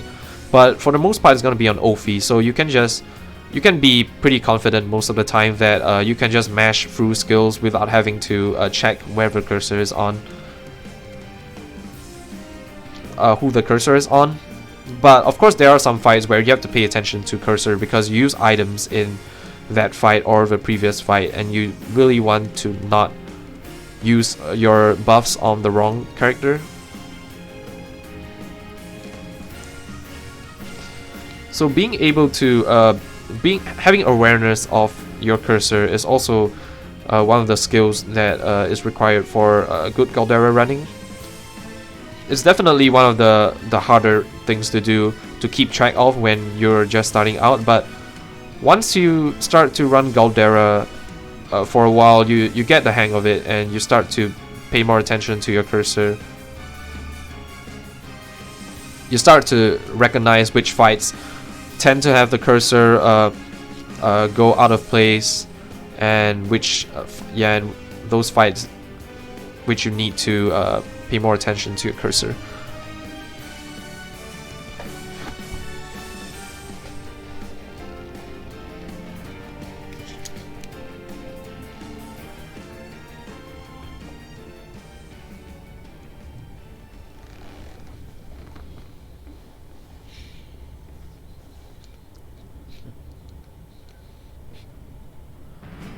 So right now, after defeating Jaisang, the next thing to do is that we want to complete all 4 of Tressa's chapters, and there is actually a reason for this, because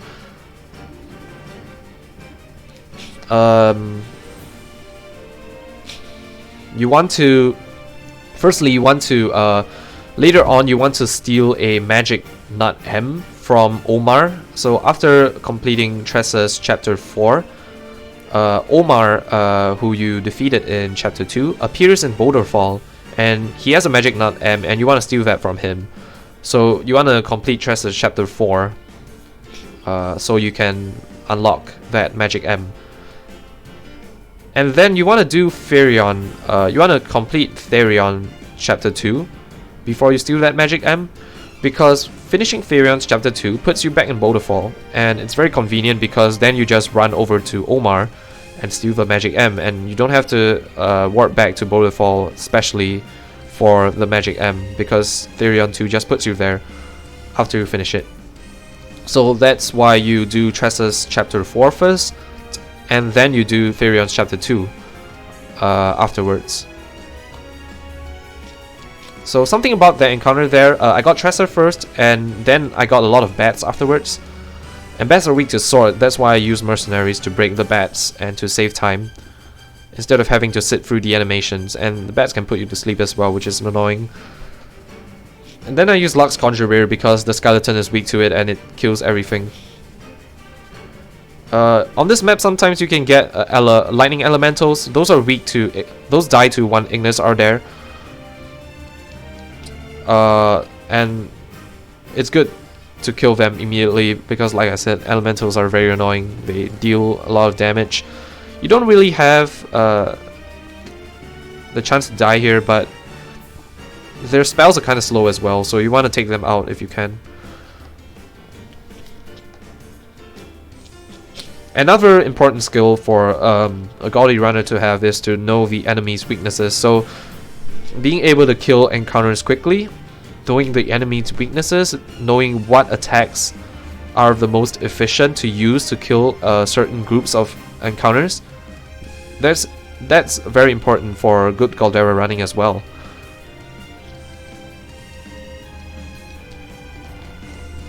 Especially for encounters like the Duskbarrow encounter and the Orwell encounter, you want to practice those because you get those encounters very often.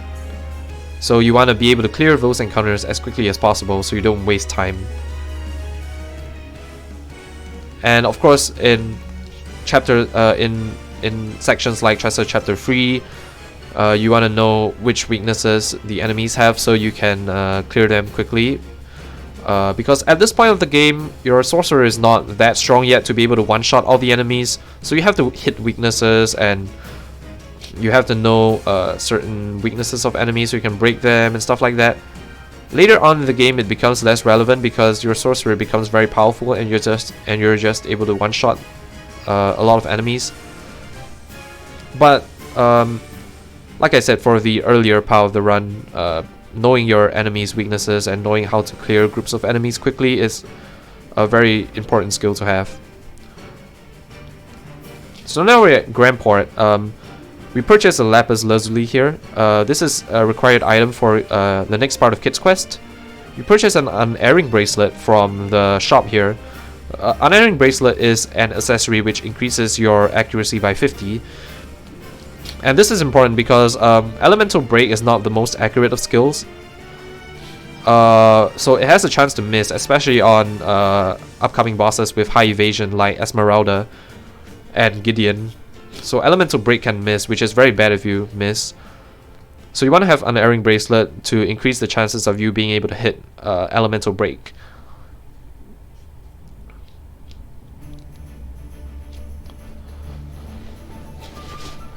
The only exception is Winterhild. So later on, when you're fighting Winterhild's the third secret job boss that we fight.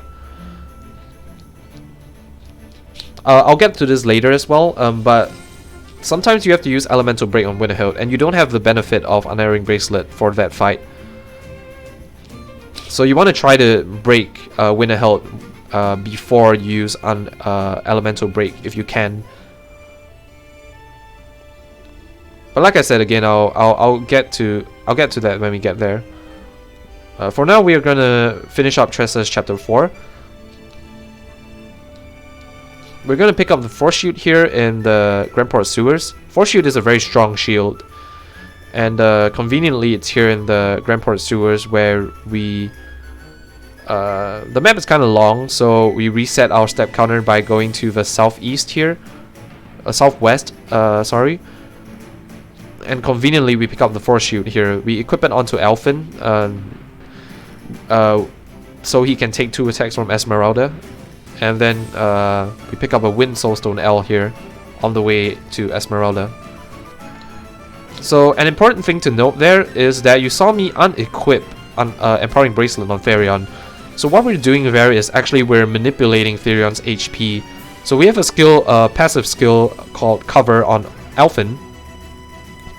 So whenever one of your characters is in critical HP, which is 30% or less, and that character is about to be hit by a physical attack, a character with Cover will absorb the attack instead. So we're manipulating Therion's HP such that both of Esmeralda's attacks will put Therion into critical HP range. So on the off chance that Esmeralda decides to attack again into Therion, Elfin will absorb the hit for Therion instead.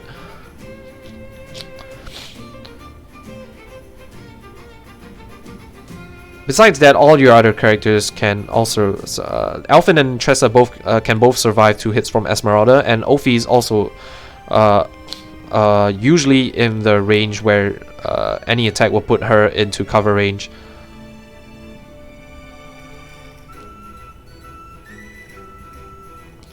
So with some intelligent menuing, this Esmeralda fight becomes pretty safe. And again, it's a free turn fight. Esmeralda doesn't have a lot of defense, so with Ignis, Ardare, Amputation, and 2 vets, we are able to finish Esmeralda in 3 turns.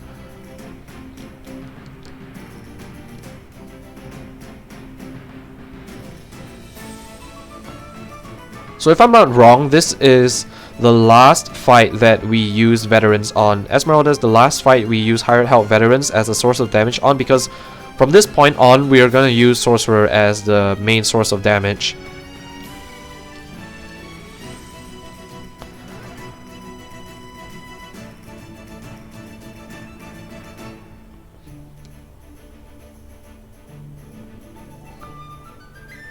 So another thing to note is that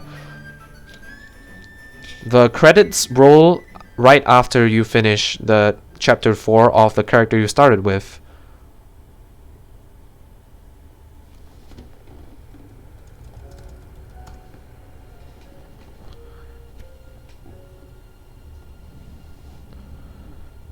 Okay, yeah, I said that this is the last fight we use veterans as a main source of damage. I forgot about Olbrich. So for Olbrich, we do use veterans, but not to finish his bosses. It's to finish to clear the mandatory challenges. But yeah, that's I think that is actually the last point of the run where we use vets in Olbrich's chapters. Alright, so as I was saying, the credits roll after you finish the chapter 4 of your of the starting character. So since Tressa was our starting character, we get the credits here. So this is kind of important for some runners, for some others not so, but having the credits roll in the middle of the run here, Galdera is about a 4-hour run on Switch. So Tressa's chapter 4 ends at about 1 hour 40-minute mark here. So having the credits roll in the middle of the run is pretty important for some runners, because the credits is an 8 minutes long section, and it's an 8 minutes long downtime basically, and runners usually use this time to use the bathroom if they have to, and regroup and refocus. They kind of use this time to relax a bit and take their mind off the run for a while. So for some runners this is pretty important, because you want to be able to focus on the remaining part of the run, remaining half of the run, as opposed to the other route, Galdera route. So I haven't mentioned this yet. I mentioned it briefly once. This route is the Ophelia Sorcerer route.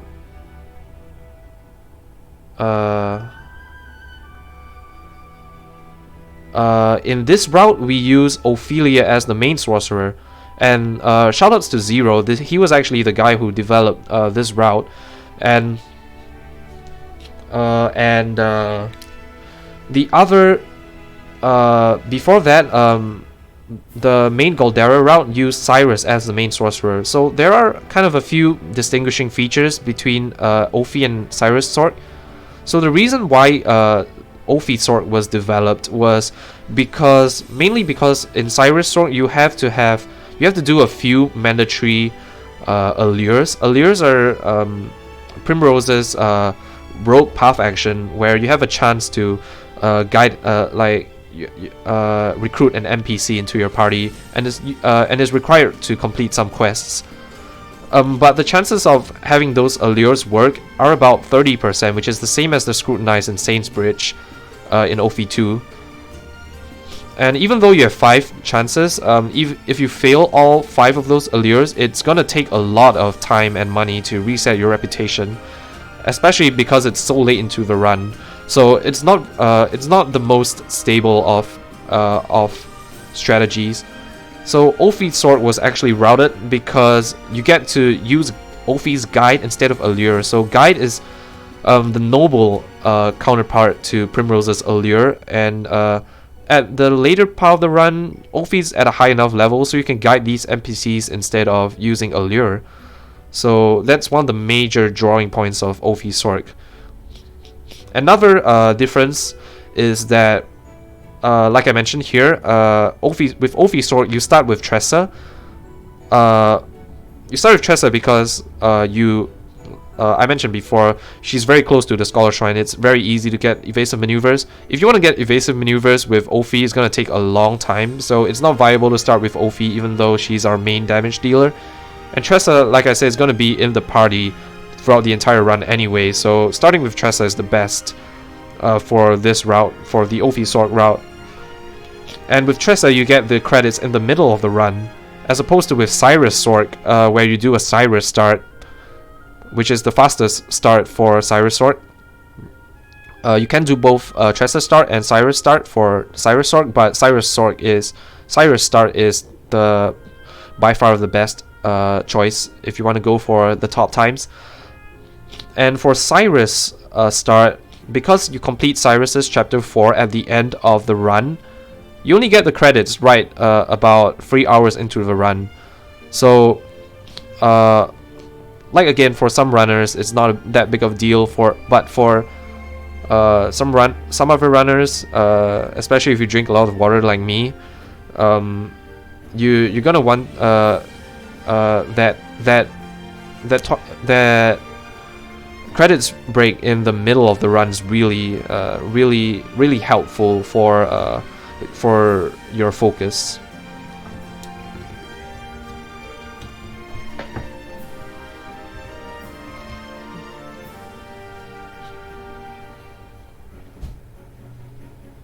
So another thing about another difference between Ophi Sword and Cyrus Sword is that Ophi Sword is kind of considered to be the more consistent of the two routes. Again, I'd say because of being able to guide instead of allure. There are also some fights in Ophi Sword which are a bit safer, such as Matthias and Esmeralda. So just now you heard me mention that we manipulate HP so that all our characters are able to survive Esmeralda's attacks. Well, this isn't the case in Cyrus Sword because some of your characters don't have enough HP to survive 2 attacks from Esmeralda. And Maddie as well. So those fights are a bit safer in Ophi Sword. But there are some parts of the run where Cyrus Sword does better as well. For example, Ophi Sword has to do a lot of tavern swaps and a bit of extra menuing, which Cyrus Sword doesn't have to do. So you save some time there. All in all, both routes are very competitive and both are easily capable of top times. It's just a matter of preference actually, which one you prefer.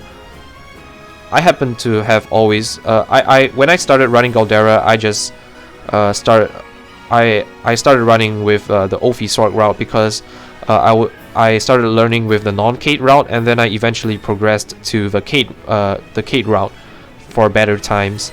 So it's just what I've always done, and I've always stuck with Ophi Sword. But there are other runners who also use Cyrus Sword and have gotten top times. So for example, the second place time on PC Galdera is a Cyrus Sword route that is under 3 hours and 30 minutes as well. Same as the first place run.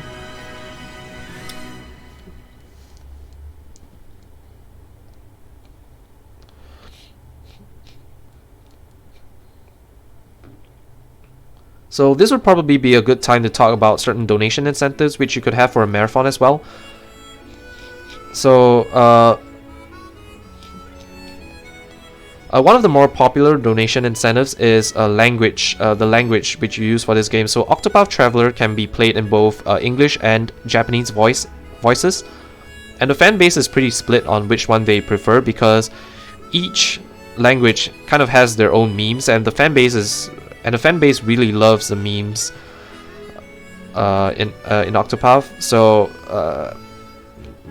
one of the more traditionally popular donation incentives is to pick which language you play the game in.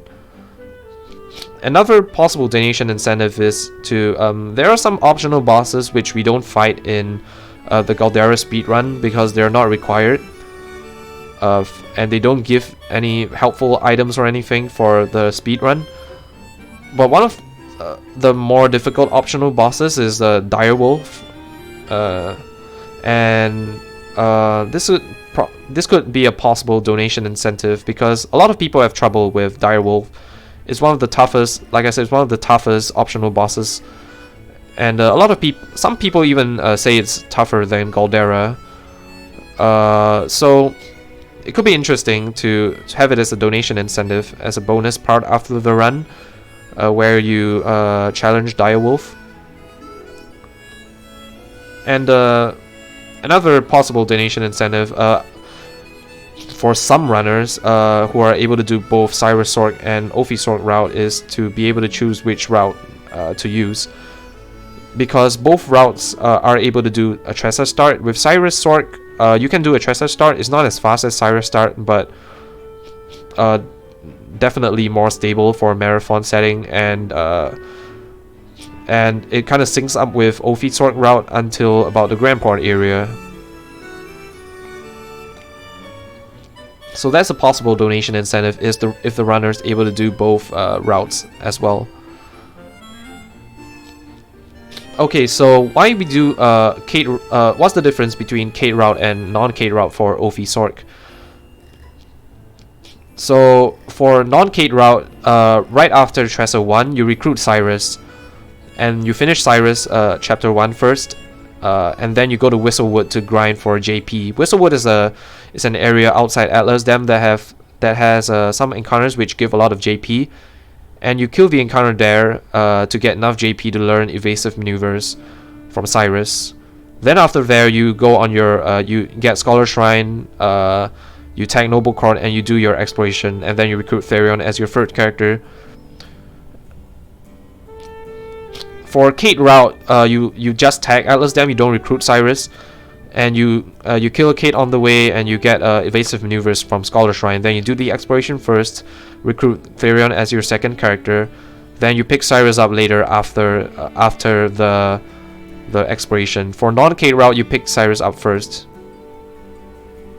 but for Kate route, you pick Cyrus up before Ophi, right after your exploration. And some of the early game menus are also a bit different. So for non-Kate route, use Cyrus as your main damage dealer for the chapter 1 bosses. So Cyrus is the one that gets knowledge stuff and elemental augmenter.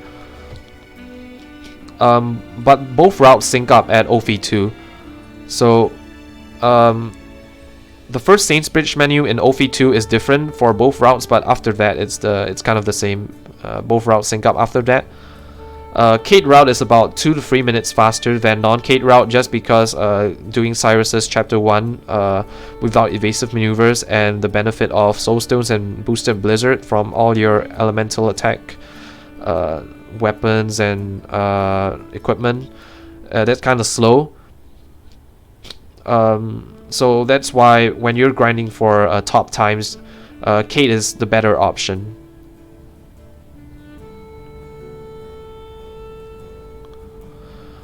But non-Kate route is definitely the preferred route for beginners and for marathon setting as well, because it's a lot more stable than hoping you get a Kate on the way to Scholar Shrine. And of course, the Scholar Shrine encounter is not the safest of encounters as well. But for when you're grinding for top times, you have the luxury of being able to reset. Of course, you don't have this in a marathon setting, which is why non-Kate route is the preferred route.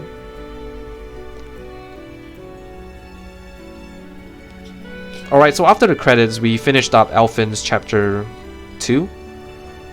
And now we're finishing up Therion's chapter 2. So like I said, you want to finish Therion's chapter 2 because it puts you at Boulderfall, and once you get to Boulderfall, you can go and steal the Magic Nut M from Omar.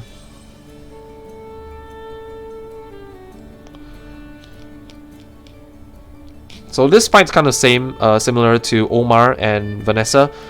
The fights now are just going to be Peacock, like I said, Peacock Ophi on turn 1.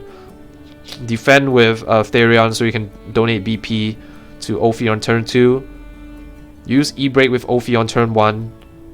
Then with Ophi on turn 2 you kill the ads, and on turn 3 you donate more BP to Ophi with Tressa, and then you finish the boss. So something about these chapter 2 bosses you didn't see with Omar, but for Vanessa and Orlik here, and later on Gideon, when the boss has the ads, when the ads are still alive, the boss's weaknesses are locked. So even though Orlik here is weak to light, we can't hit his weakness because they are locked by the ads. So after killing the ads, then his weaknesses become unlocked, and we are able to use Locked Conjurer to finish him. The ads are weak to ice, which is why we use Glacier's Galdera first.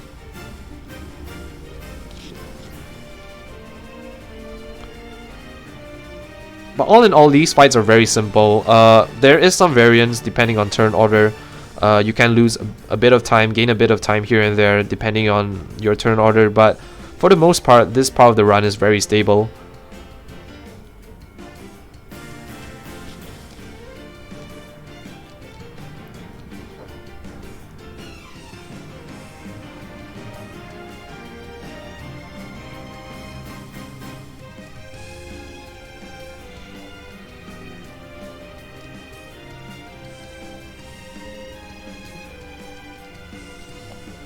So we're gonna steal the Magic M, and then we do a quick tavern menu before we head over to Query Quest to do Cyrus's Chapter 2.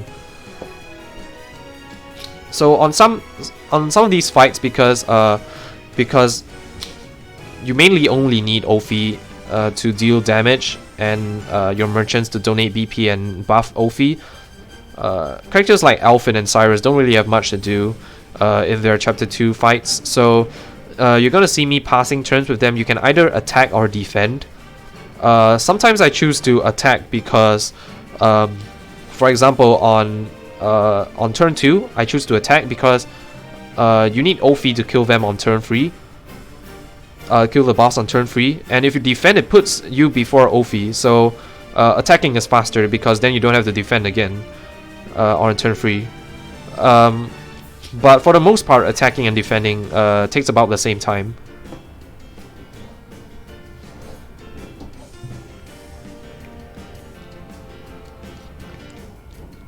Another thing is, sometimes when you attack, it takes a shield off of the bosses. And because Ignis are, not Ignis are there, because Sorcerer skills hit 3 times, sometimes it breaks the enemy boss, which takes a few more seconds than if you didn't break them. So sometimes you wanna use defend instead of attack to avoid the break animation. Just a few seconds of time save.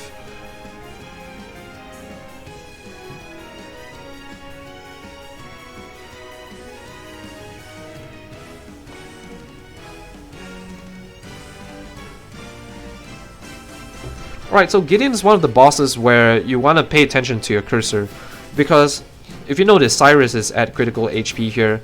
He has armor, so he's not going to die from if Gideon summons his ads before you and they attack the Cyrus. But you want to heal Cyrus just in case Gideon gets off an attack on turn 3. He uses Hands of Darkness, which is an AoE magic attack, which deals quite a bit of damage, and at the amount of HP that Cyrus is at now, he will die. So you want to heal Cyrus with a Healing Grape M. But the thing is, if you use a Healing Grape M with Cyrus on himself, it puts the cursor on Cyrus. So you want to pay attention to your cursor on this route in this fight, especially because you want to donate BP to Ophi. So you see me here, I defend with Darion because I put him before Ophi to donate BP. But now I have to Healing Grape M with Cyrus first, and that puts the cursor on Cyrus.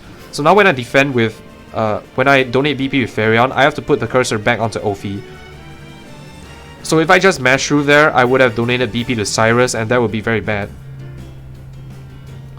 So this is one of the few fights which you need to pay attention to your cursor. But from then on, the next donate BP, since the cursor is already on Ophi, I'm just able to mash through and not have to check where the cursor is on because I know it's on Ophi.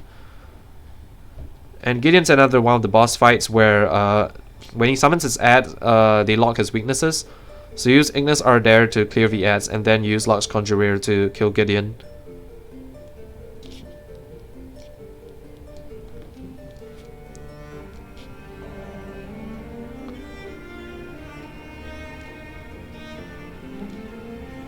Also important is that you steal the Fort M from the lady here. I stole it before Gideon, but if you forget to steal it before Gideon, you want to steal it afterwards as you're completing Cyrus 2. You want to make sure you steal all of the Fort M's, Fortifying Nut M's, because they increase Darion's physical attack, and that's very important for Galdera. So for the most part of this run, Darion's going to be a support character. Basically the entire party is just geared up to support Ophi for a majority of the run, but for Galdera, Therian's gonna be the main source of damage on for Phase 2 Galdera. So that's why you wanna get all the fortifying nut M's and L's to increase Therian's physical attack.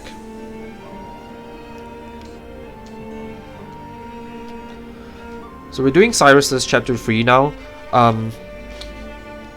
Something you also have to do in this town is that you have to steal a bunch of L stones. Like I said, later for Hanet's story, you're gonna need some L stones. Also for Olberg's story. So you want to steal the stones here. You get a Fire L from Tobias here, and then you get a Shadow L and Light L from Aaron from the next map.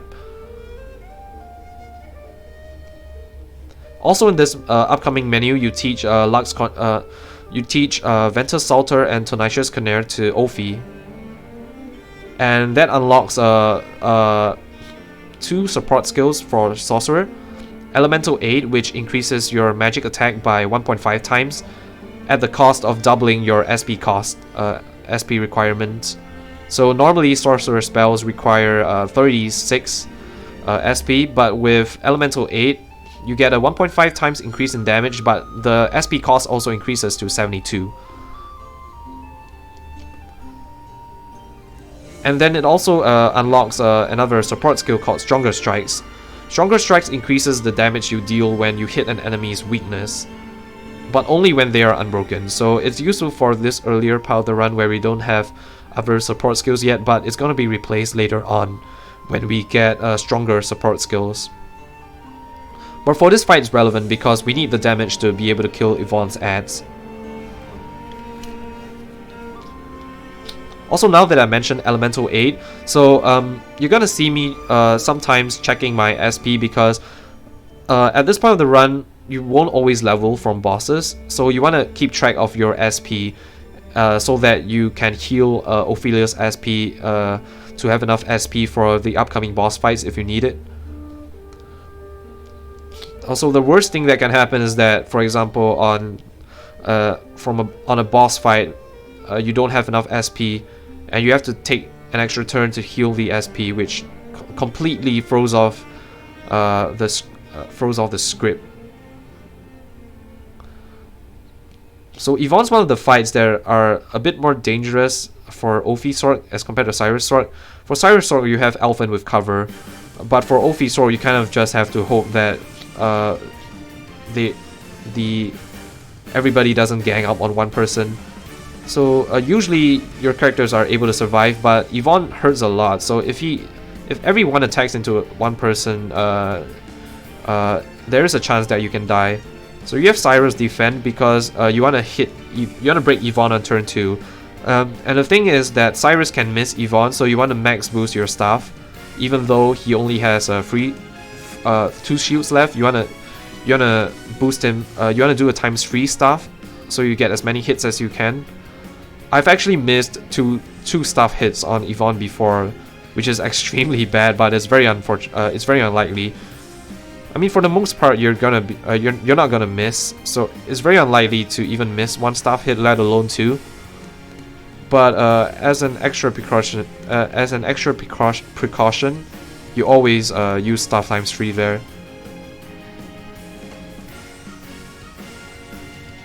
Alright, I mentioned in Ophi 4 that I made a mistake in my previous PB run, which cost me 45 seconds. That was on Yvonne. That's why you see me gold my split here. I saved a whole bunch of time on this split. So at this point of the run, I'm feeling very good. I'm very ahead of my previous PB, and I'm on very good pace to PB and even to world record. So at this point of the run, I'm already thinking to myself, okay, I want to do certain strategies that are safer. And one of the safety strats that you can do is to equip Gideon's Dagger in this upcoming menu. So Gideon's Dagger is a dagger which you get from Gideon. It has a speed increase. So like I said, speed influences how early your characters tend to act. And for these upcoming fights, you want Therion to go before Ophi, because you're gonna be using Therion to buff Ophi. And you want Therion before Ophi because otherwise you have to defend with Therion. So if you already have Therion before Ophi on the turn 2, you don't have to defend with Therion, so you have an extra turn with Therion in case something bad happens. So we have I equipped Gideon's Dagger onto Ophi as a safety precaution.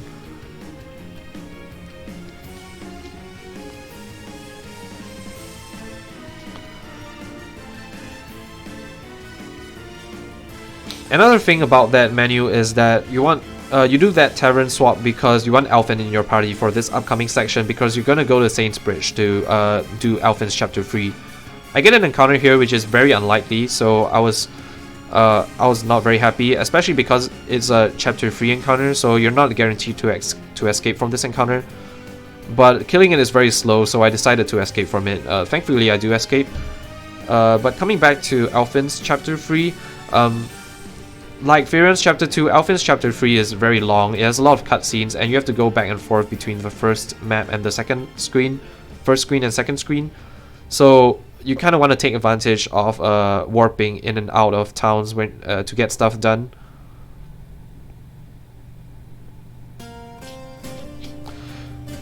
Also, one of the reasons why you come to Saint's Bridge at this point in time, on top of doing Elfin's Chapter 3, starting Elfin's Chapter 3, you also purchase battle-tested staff. So BT staff is one of the most powerful staffs in the game. It has a lot of elemental attack. And at this point, after completing Ophi's Chapter 4, it's unlocked. And you get to purchase it in the Saint's Bridge Cathedral here. That's also why we needed to collect from Yvonne, because we need enough money to purchase the BT staff. It's 90,000 leaves. But BT staff was routed in early because it's very useful for the upcoming fights, the extra damage. And Gareth used to be a 3-turn fight, but with early BT staff you can finish him in 2 turns.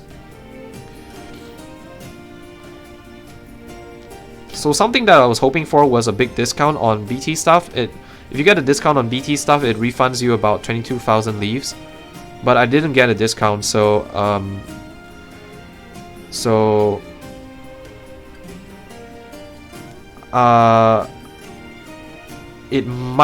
I might be short on money later in the run.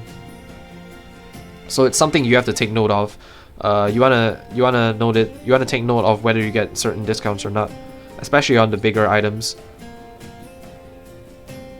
Alright, so for this fight, it's very you either kill it with luminescence times 2, or you kill it with a soulstone. That's the reason why you have knowledge stuff on Ophi for this fight, because you want Ophi to go first. You don't equip BT stuff immediately onto Ophi. So you have knowledge stuff on Ophi for that fight, and you equip BT stuff onto Ophi after this fight. And at the same time you put Necklace back onto Ophi because you need the extra HP on Ophi for upcoming fights. Not this fight, but upcoming ones.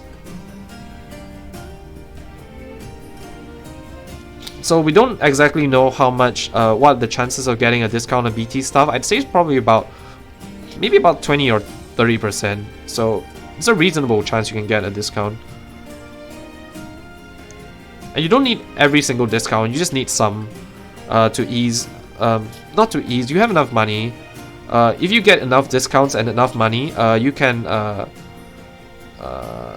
avoid having to delay purchasing Viper Dagger, which is the last purchase you need to do in this, the last big purchase you have to do in this route.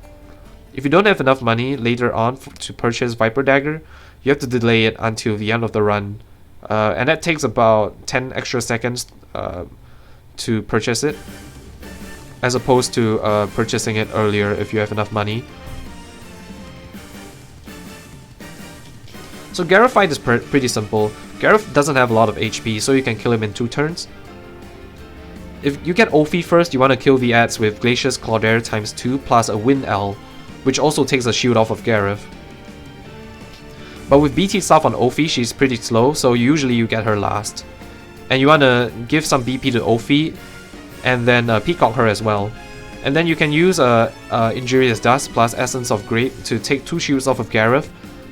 such that Glacier's Galdera will break Gareth. Then you can kill Gareth on turn 2.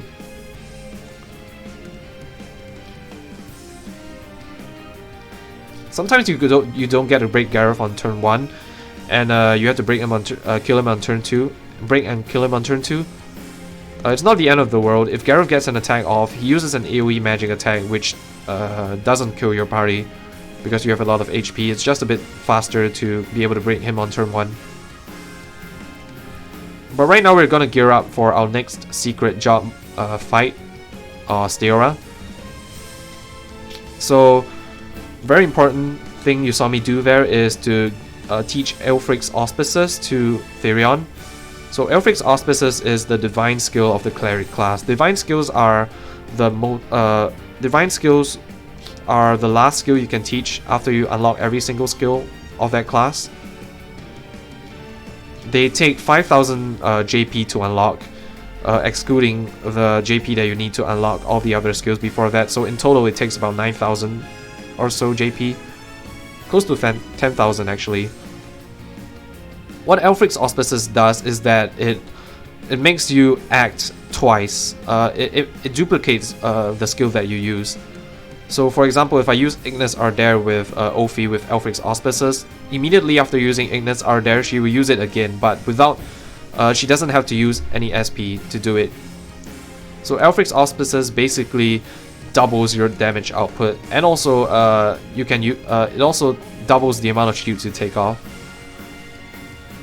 So definitely a very powerful skill, and definitely one that you need for this upcoming fight, because like I said, we're not going to use Vets for damage anymore besides an Ulbrich to clear his challenges. We're going to be using Sorcerer as our main source of damage here. So we're going to want to stack buffs onto Ophi like Peacock Strut and Aelfric's Auspices. Steora is for the most part a pretty tame fight. You have to do a few things on turn 1. You have to apply Leg Hold. So you can use Leg Hold Trap, or you can use Curious Incense with Elfin, which is Injurious Dust plus Curious Bloom. Leg Hold puts Steora at the end of the next turn, so you can act and break her before she acts on the next turn. Steora also always uses Wandering Star on the first turn, which confuses one of your characters. In the worst case scenario, she confuses one of your characters and then who goes right after her, and then you lose a turn with that character. But usually it's still recoverable, and fortunately for me she hits into Ophi, and so I can just heal off the status. And this is also why we want I put Gideon's Dagger on Therion, just so I have an extra turn with Therion in case he if I get Therion before Ophi on turn 2. The next thing you have to do is you have to take one shield off of Ophi. So Curious Incense does double duty here because it's an Ice Elemental attack that applies Leg Hold. So you take one shield off and apply Leg Hold at the same time. But if you use Leg Hold with Tressa, you have to use, for example, Mercenaries, or because she's weak to Sword, or use like a Soul Stone to take off one shield.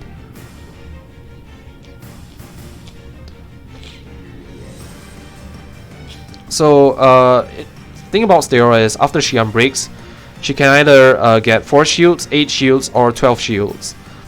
4 shields is the best and is the fastest because you just use Tenebre Operier to break her. If you get 12 shields like I got here, it's the slowest possible pattern. You have to break her with max boosted Ignis Ardere, Rain of Arrows, and Injurious Dust plus Curious Bloom.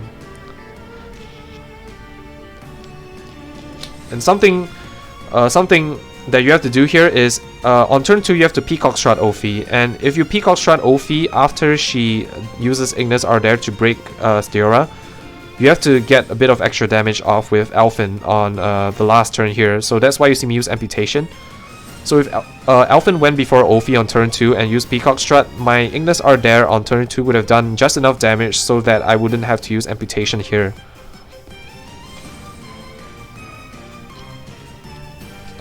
But for the most part, like I said, Steora is a pretty tame fight as long as she doesn't confuse your characters at the worst moment.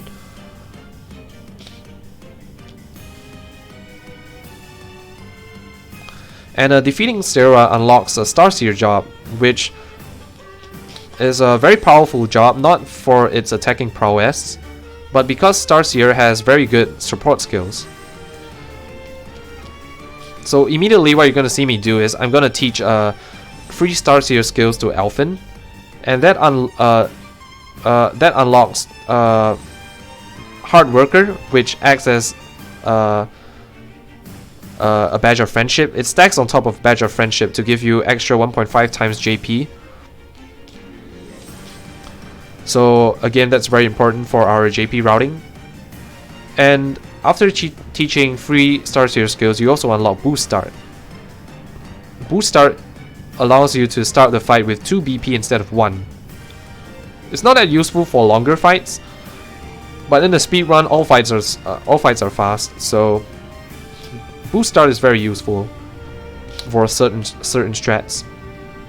In particular, later in the run, because Boost Start allows you to have free BP on turn 2, it basically gives you access to divine skills on turn 2. So you're able to use stuff like Alfric's Auspices on turn 2 instead of having to use Palm S with Therion on turn 1.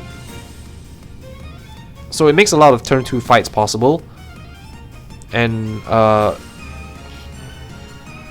that's why Starseer is very powerful as a secret job because of its support skills.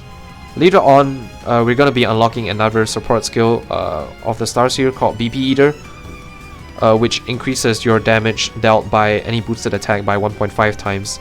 It's a very busted skill because it doesn't have any drawbacks basically.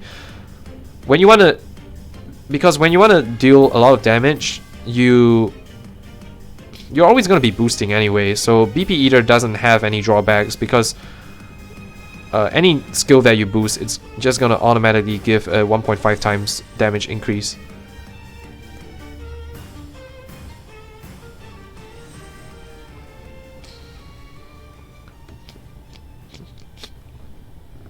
So one thing to note about Miguel is that that's also one of the reasons why I have Gideon's Dagger on Therion, because I want Therion before Ophi, because I need to apply leg hold on Miguel, I need to Peacock strut Ophi, I need to apply E-break with Ophi, and I need to defend with Therion to get him before Ophi, which means I don't have a turn to use Pomegranate S on Therion. So if I get Therion before Ophi, I don't have to defend, and I can use a Pomegranate S with Therion instead of defending.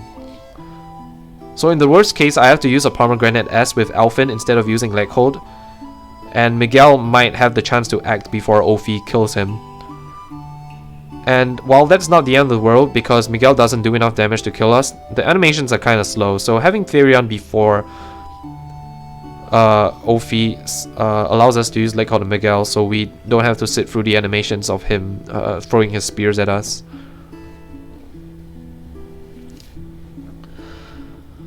But after Miguel, it's on to Elfin 4.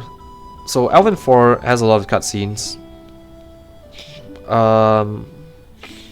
But a good thing about Elfin 4 is it gives us a free heal to full for the upcoming fight on Ogre Eagle. Ogre Eagle's one of the fights that require a bit more adaptation. Ogre Eagle has this very annoying trait where it can status one of your party members with its normal attack on turn 1. So usually it just debuffs them. The normal attack can inflict a bunch of stuff like debuffing attack, defense, but it can also put them to sleep or confuse them. Depending on what Ogre Eagle does, you have to adapt accordingly. And also, having Gideon's Dagger on, having Therion before Ophi on turn 2 means you get to go for a slightly faster strat on Ogre Eagle. That's also one of the main reasons why I put Gideon's Dagger onto Therion. It really helps out a lot for mainly Galdera and Ogre Eagle. And also because the extra turn with Therion is very valuable in case one of your characters does get slapped or confused. Alright, so at this point of the run I'm thinking, because this map, there's a chance to get an encounter. because I'm so far ahead of my PB at this point in time, I'm thinking, okay, if I get this encounter, I'm just gonna kill it instead of trying to run. Because of course it's a chapter 4 encounter and I'm not guaranteed to escape from it. So I'm thinking I'm just gonna take the encounter if I get it, but thankfully I don't get it. What's bad about this encounter is that you don't have knowledge stuff on Ophi, so she's almost always gonna go last. So even if you want to kill the encounter, you have to sit through a whole bunch of animations, unless you get lucky and Ophi goes first.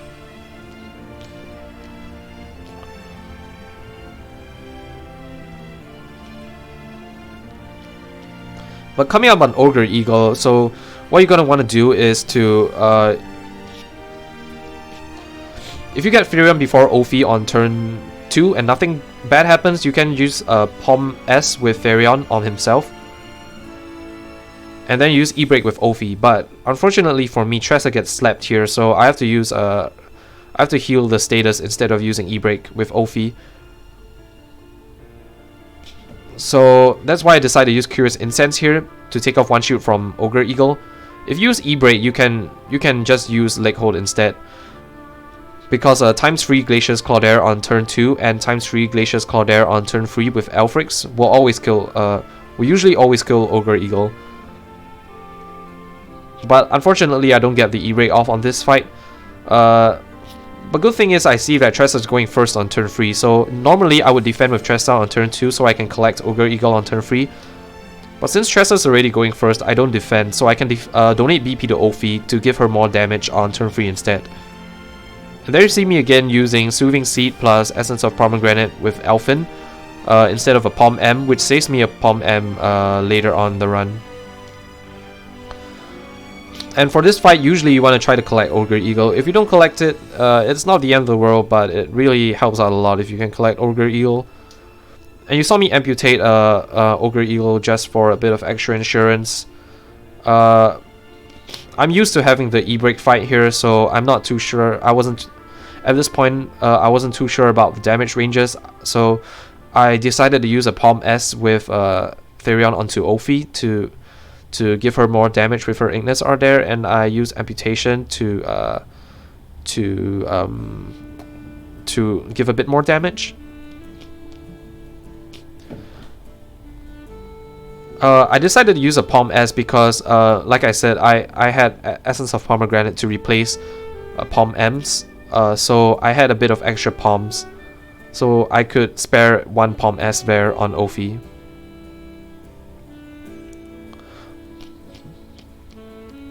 So all in all, not the fastest Eagle fight, but 3 turns is standard.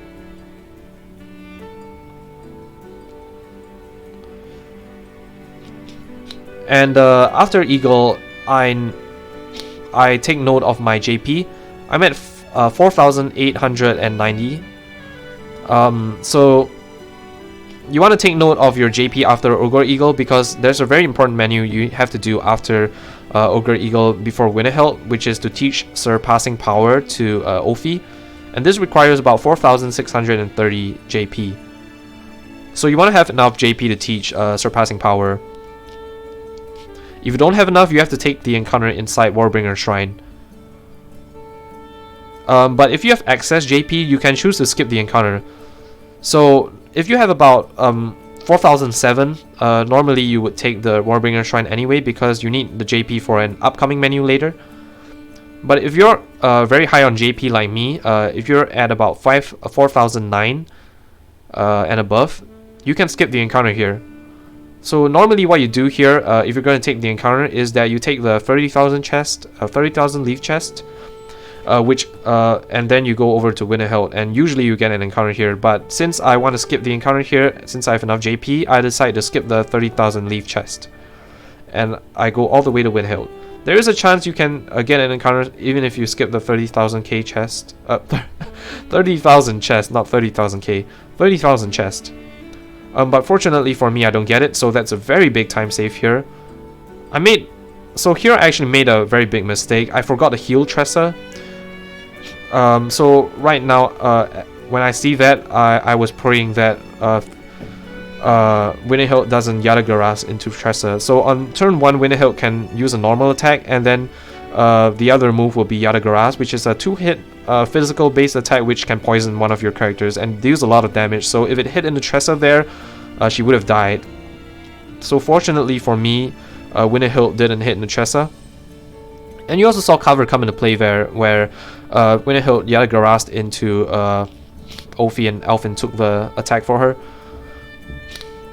So like I said earlier, you want to try to break with Therion or Tressa if you can. So if Therion's or Tressa is before Ophi on both turn 2 and 3, you can use a staff attack to break Winterhilt instead. Unfortunately for me, Ophi was first on turn 3, so I had to defend with both Therion and Tressa. And Alphen can also break Winterhilt with Icicle, which is a single hit ice elemental attack. So if same as Therion and Tressa, if it's before Ophi on turn 2 and 3, you can use Alphen to break instead with Icicle. But unfortunately, like I said, Ophi was first on turn 3. So I had to use Peacock Strut with Alphen on turn 2, and I had to defend with both Therion and Tressa, which leaves Ophi to use E-Break. And E-Break, like I said, is not the most accurate of attacks, so there is actually a chance which you can miss E-Break on Winterhilt. And if you do, it's really bad because you have to recover the fight from there, and Winterhilt does a lot of damage and it gets very ugly from there. But luckily for me, I hit E-Break. You're not the most likely to miss E-Break, but it can happen, and it has happened to other runners.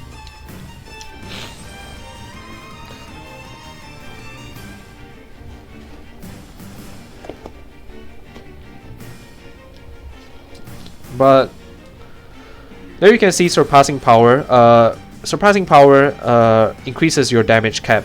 So normally your damage cap is capped at 10,000, but with Surpassing Power it increases it to 100,000 per hit. So at this point of the game, you can really start to see the Sorcerer, how busted the Sorcerer can be. I also taught Elephant's Enlightenment, which is the Scholar Divine skill, to Tressa. Elephant's Enlightenment, like Alfric's Auspices, doubles the damage that you deal with your spells. What it does is it takes an AoE spell and it concentrates it on, makes it a single target spell, and it doubles the damage. Since all of Sorcerer's spells are AoE, all of the Sorcerer's spells get the benefit of Elephant's Enlightenment. And this works even if you only have one enemy. So for Winterhilt, what you saw me do is I stacked Elephant's Enlightenment, I stacked Alfric's Auspices and Peacock Strut, as well as Elemental Break on Winterhilt, and I was able to finish her cleanly in 3 turns with Ignis Ardare. The same thing is going to happen for Balagar here. We're going to Palm M Tressa and defend with her so she can break Balagar with Bandits next turn. We're going to Tenebrae Opera Rear to take off 3 shields. Then we're going to Peacock Strut Ophi, Elemental Break on the next turn, and Elephants and Alfric's on turn 3. So the thing about this fight is Tressa doesn't have the ability to defend, so you have to use Alphen to put Tressa before Ophi here. So you can do that in using two methods. The first method which I use here is Panther Dance. So Panther Dance moves Tressa 1 move up. So let's say if Ophi is going right before Tressa on turn 3, it would make Tressa go before Ophi. But if let's say Tressa is going last and Ophi is going first, you would have to use a Soothing Seed plus Curious Bloom with Alphen, which moves Tressa all the way to the start.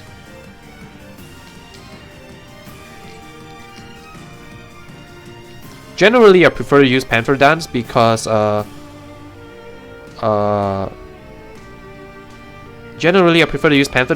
get to save the Curious Bloom.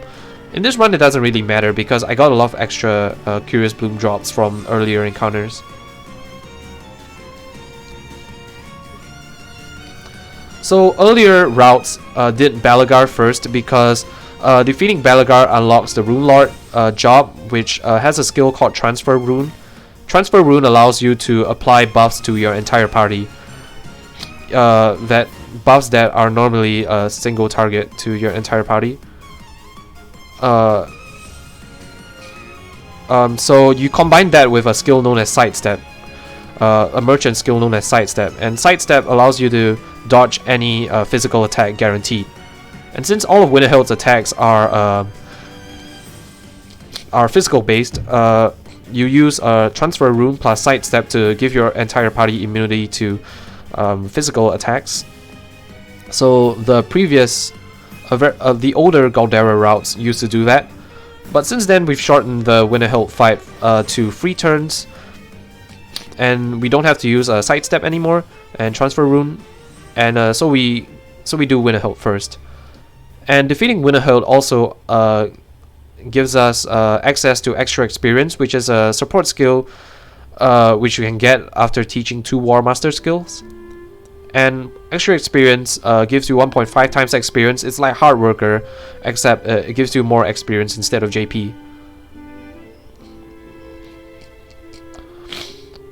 So on top of keeping track of your JP, you also want to keep track of your XP, because you want Therion to hit level 45 by the time it gets to his chapter 4, because it increases the steal chance of one of his mandatory steals from 15% if he was level 40 below level 45 to 55% if he's at level 45. So it's a big jump there, and definitely something that you want to have, because 15%, if you have to reset, if you miss your 15% steals, you're gonna have to reset rep, and it takes a lot of time. So having 55% steal is a lot better.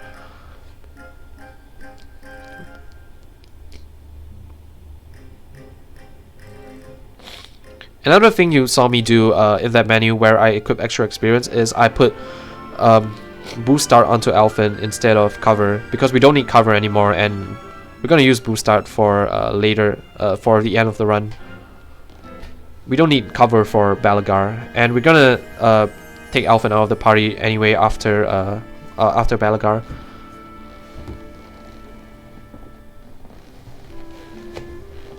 So after Balagar, we're pretty much just gonna finish up the rest of the stories.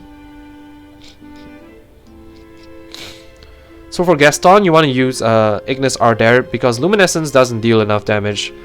Firstly, it doesn't hit Gaston for his weakness, and even at ×2 Luminescence, it probably will only deal about 3,000. Gaston has about 8,000 HP, no, 6,000 HP. So that's why you want to use Ignis Ardere for Gaston.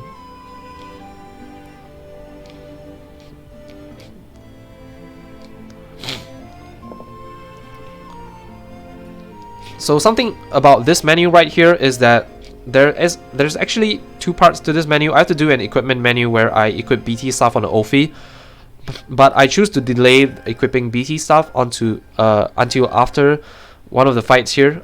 So why I do that is because I want to keep knowledge stuff on Ophi so she can act earlier.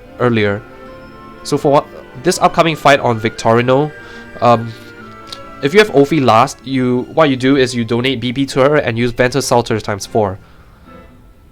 But if you have Ophi first, you can use Ventus Salter ×2 plus a Wind Soulstone L, and that's faster than having to sit through the animations of everyone having to defend and the ads attacking. So it's a small time save, but something that I prefer to do, especially since I have extra stones at this point. Normally at this point you would have extra wind stones, because you steal 1 from Grandport, you get 1, and you get 1 from the sewers. And sometimes in Ophi 3 you have to you have to use a Wind Soulstone L in case you encounter the fire elementals. But usually you still have wind stones at this point, unless you had to use a lot of wind stones on. Unless you had, for example, use the Windstone on Yvonne and use another one on Gareth or something. But this upcoming fight here against Victorino is, like I said, is why I want to keep the knowledge stuff on Ophi. It's just personal preference for me. You can certainly just equip the BT stuff along with the menu just now. So what I also did in that menu was I also taught Therion Starseer skills to unlock boost start, and Hard Worker, because Elfin's not in the party now, and Elfin had Hard Worker, so you want Hard Worker on Therion for this fight, for the upcoming sections. And also Boost Start, because it gives access to Elfric's Auspices on turn 2, which is going to come into play later in Ulbrich Chapter 3. So right here I'm going to do the menu like I said earlier. I'm going to equip BT stuff on the Ophi, then I'm going to equip some I'm going to optimize Ulbrich, which gives him equipment and defense to survive the attacks. I chose to heal Ulbrich there because I noticed that he took damage from the Victorino fight. So if he didn't take any damage, I wouldn't heal him here because he would have enough armor to survive. But what happens here actually is that Joshua attacks a Prelude to Romance into Ulbrich. So if I didn't heal him there, Ulbrich would have died, and that would have been annoying. So good thing I healed there. Again, I did it because Ulbrich took damage from the Victorino fight. But this upcoming series of fights are pretty simple. For Joshua, you just want to use a Lux Conjurer ×4.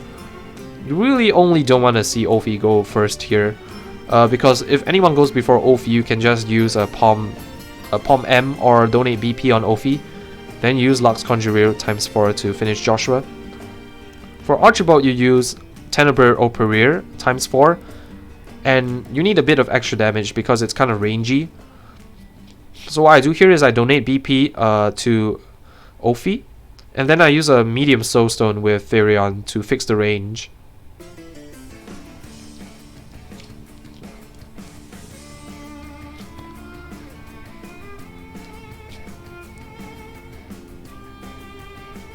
Pretty simple fights.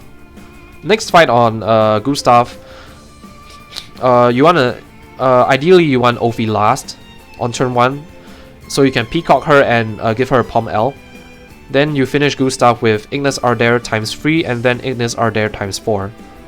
I made a slight mistake here and I used Ignis Ardere ×4 on turn 1.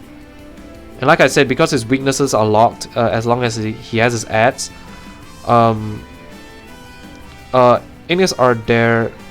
Actually, I think Ignis Ardere ×3 would be able to kill on turn 2, but I decided to give an extra BP to Ophelia anyway on turn 2. But this fight's pretty simple. You, like I said, just use Ignis Ardere 2 times.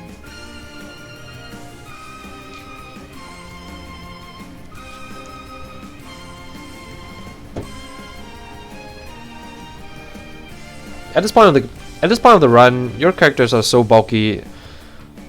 None of the attacks are really gonna kill your characters.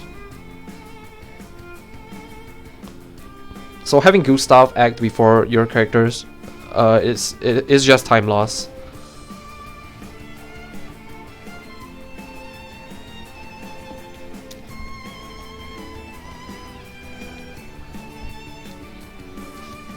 So we have BT stuff equipped on Ophi for the arena section because we need the extra damage. But for this upcoming section, you want knowledge stuff on her, so you have to equip knowledge stuff again. And this is actually very important because in Ulbrich Chapter 3, you're gonna have 2 mandatory encounters where you want Ophi to go first because you want Ophi to use Ignis Ardere to kill the encounters quickly.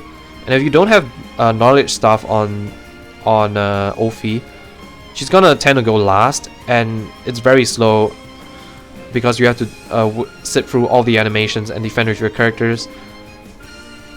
So if you don't have knowledge stuff on Ophi, you're gonna lose like about 40 seconds between both of the encounters just from having to sit through the animations. So definitely equip knowledge stuff here. The next thing you do is also to set Therion up for the late game. You equip Gareth's Helm, which is a drop you got from Gareth earlier. It increases your critical, and then you also put Primeval Robe onto Therion.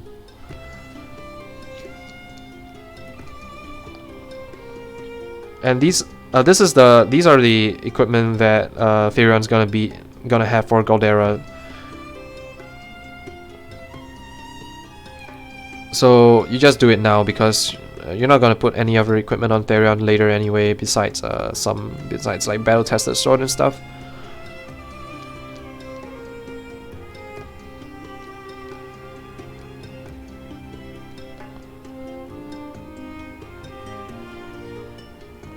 So like I said, you really want Ophi first here because you want her to kill the lizards quickly.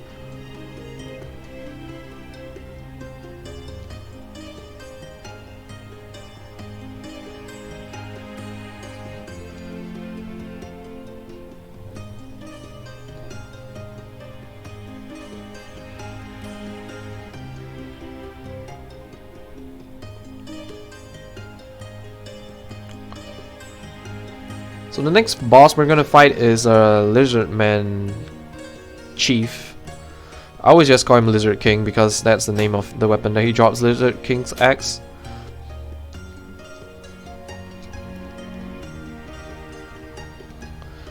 In this screen, you usually get through without an encounter, but for some reason I got the encounter here. I think this is the second time I've actually ever gotten an encounter here. So I was kind of annoyed at this. So funny thing about this run is I actually got a lot of very unlikely encounters like Therion free encounter, Allbreak free encounter, and Allbreak 4 encounter. And I didn't get like the more likely encounters like Grandport encounter, Tunnels encounter. I mean that's a good thing, but that's just kind of one of the quirks about this run.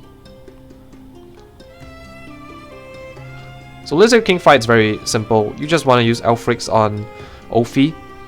So depending on if you get Ophi before Therion, you can defend with Ophi and then defend with Therion, and then you use a Palm S on Ophi so that she has free BP.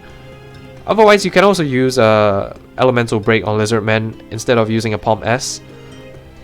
So both so if you use Elemental Break on Lizardman, then you can just use Ventus Salter, not Ventus Salter, Tornitrous Canaire times 3.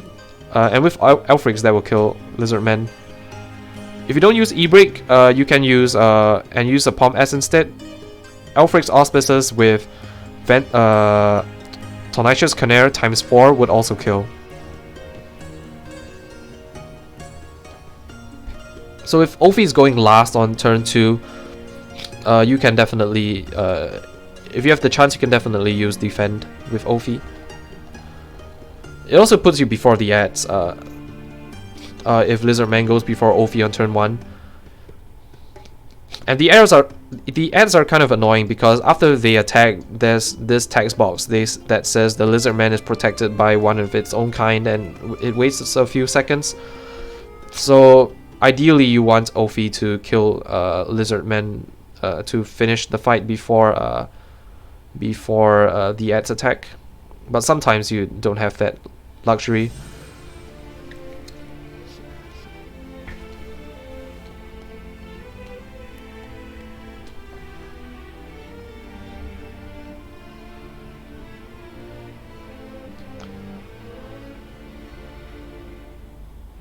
So something quick to note about Soulstone management.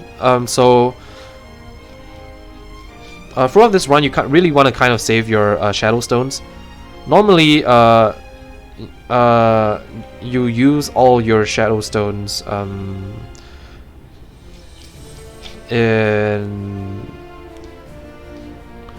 Normally you won't have any Shadow Stones after like until you get a Grandport, because you steal one Shadow Stone in Grandport, and then you steal another one in Stoneguard. So you have 2 at this point.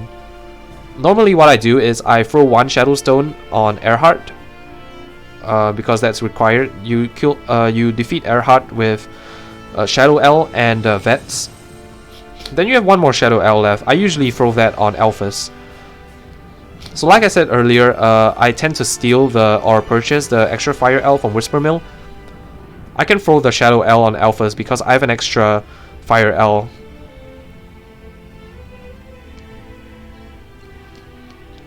It's kind of complicated to explain, but for Harnet's chapters, there are some mandatory provokes.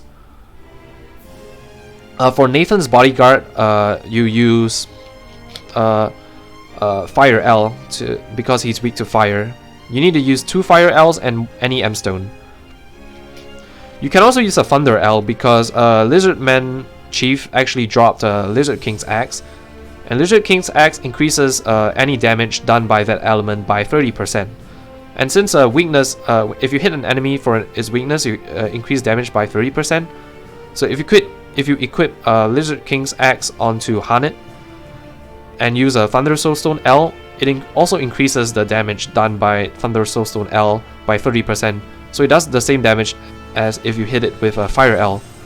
So in place of Fire L, you can also use Thunder L.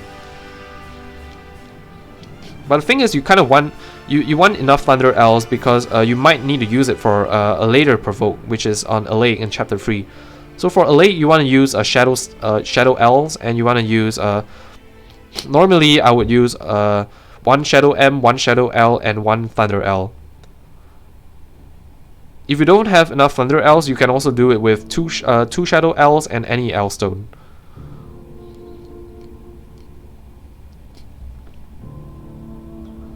That's why I kind of want to save my Thunder L's for Alaic. There's also another mandatory provoke in Hanet 2, where you need either an L Stone, Light L, Thunder King Thunder L, no, Lizard King Thunder L, or Fire L. So obviously, since I threw my Light L on Yvonne, I don't have any Light L's left. You only get 1 Light L from that point. Yeah, you only have 1 Light L at that point because I threw my other Light L on Dreisang, and the next one you get is in Stoneguard from Aaron, so I threw that on Yvonne. So I don't have any Light L's left, so I have to use either Thunder L or Fire L for the tree.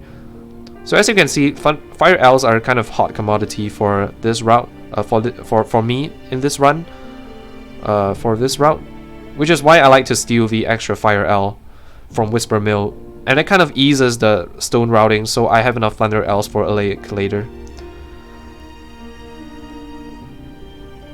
I got the Suez encounter here in Allbreak 4, which is kind of annoying.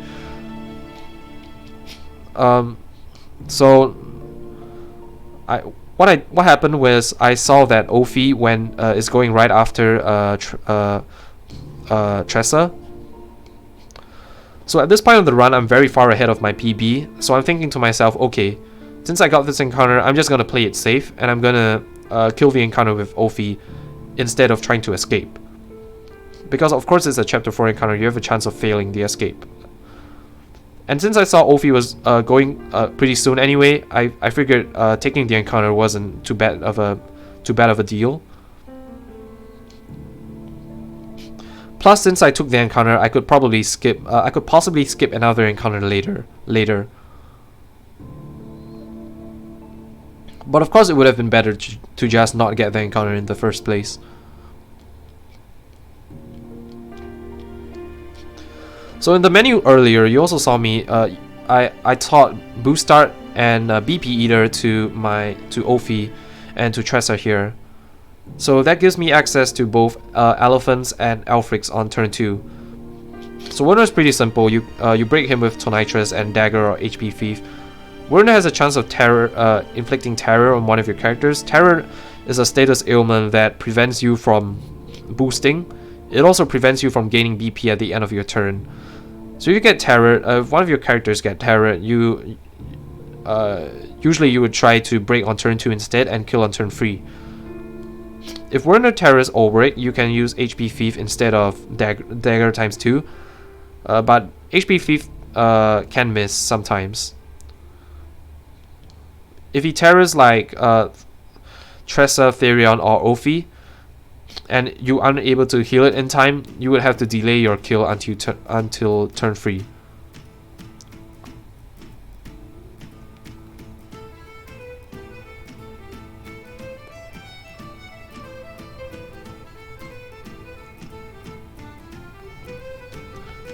So after Ulbrich Chapter 4, we're gonna run a few more errands. First thing you're gonna see me do is I'm gonna steal this speed equipment from Noelle here. We're gonna want to set Ulbrich up to have a lot of speed for the late game. It makes phase 2 of Galdera a bit faster if you have Ulbrich before Therion. I'll explain it when we get there. Next thing we do is we go to Boulder Fall, and we have to complete. We have to. I mentioned I usually throw a Shadow L on Alphas. So Alphas is another. Alphas' side quest is another side quest that you have to complete as part of the Unlocking Galdera. So Alphas is this guy who has the hots for this guy, this lady called Lai Black. And what you do here is you basically challenge him and you throw a stone at him. And then he goes to Saint's Bridge. So you can either throw Shadow L or Fire L on Alphas. But like I said, I usually save my Fire Ls for Hanet Chapter 2. And I throw my Shadow L on Alphas. Because you get to steal one more Shadow L later in Saint's Bridge anyway.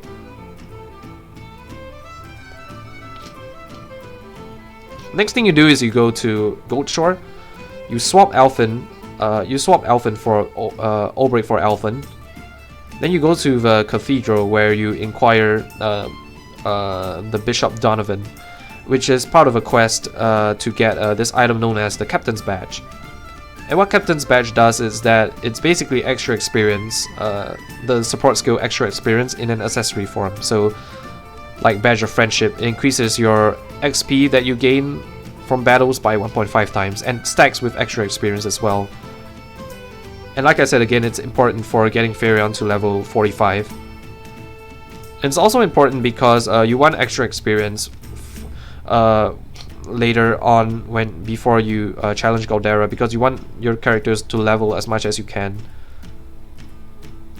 We purchase Battle Tested Blade here, and I steal an extra optional Sharp M here.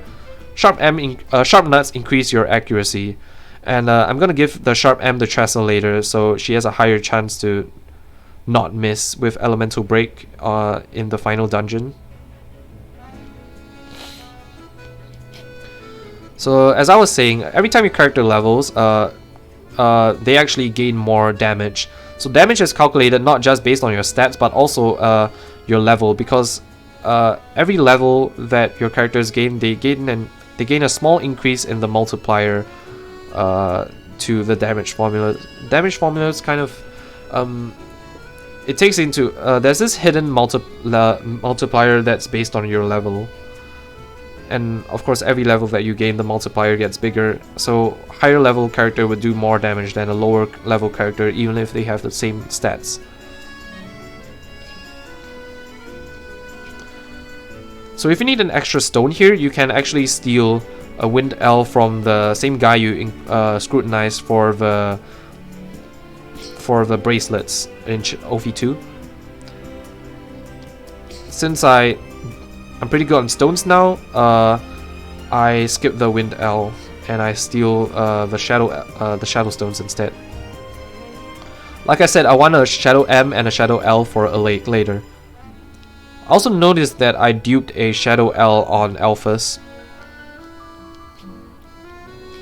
So I could definitely have skipped the Shadow M and just gone for a double Shadow L kill on Alaic.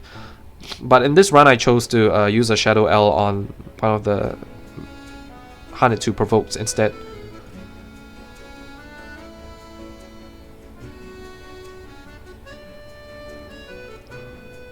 So after finishing up the errands, we also went to Saint's Bridge to complete Alphas' side quest and to purchase an extra fortifying nut for Therion.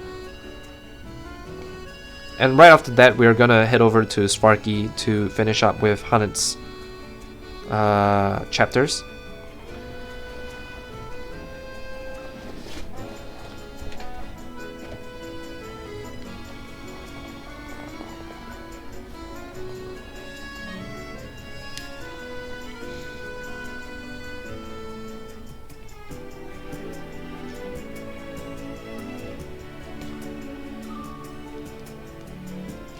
So immediately after recruiting Hanet, you're gonna do a menu. So what I do here is I equip Lizard King's axe onto Hanet. Like I said, it increases your elemental increases the damage you deal with lightning-based attacks by 30%. I also optimize Hanet to give her more defense, and I equip bracelets onto her for more HP. And this is important because when you recruit a character, they start at level 1. The rest of your party is like level 30-ish, 40-ish at this point. So you want to equip your level 1 character with defense and HP so they can survive attacks if they get hit in the later chapters. I also put the BT blade, which I purchased in Wellspring just now, onto Ferion. So BT blade is important. One, because it increases the physical damage dealt by 30%. So similar to Lizard King's axe.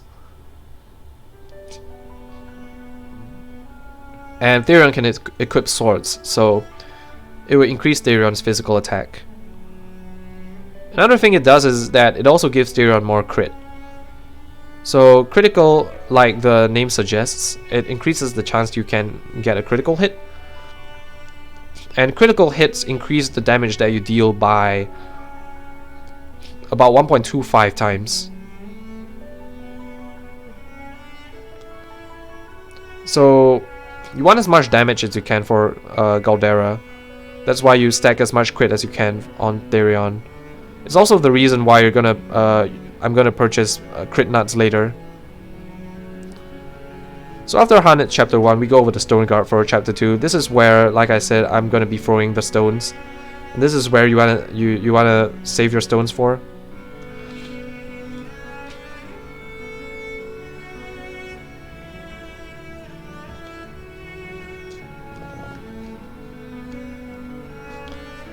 So the first mandatory provoke is Nathan's Bodyguard.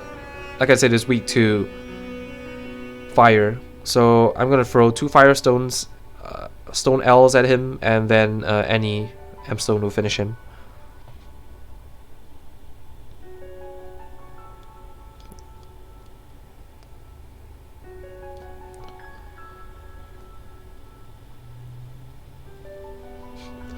Stone management in Galdera is not the hardest.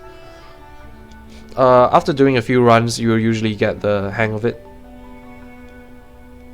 In general, you want to save your shadows. You want to save your shadow and fire stones, and a few thunderstones if you can.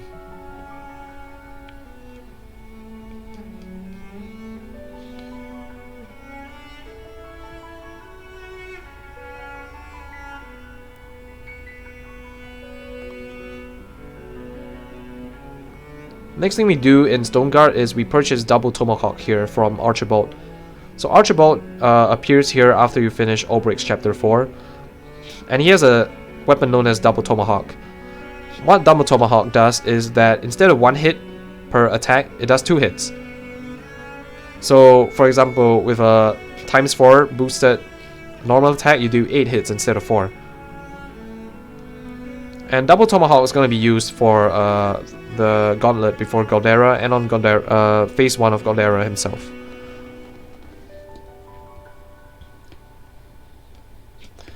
At this point of the run, I'm also starting to worry about my money, because if you notice, I didn't get any big discounts.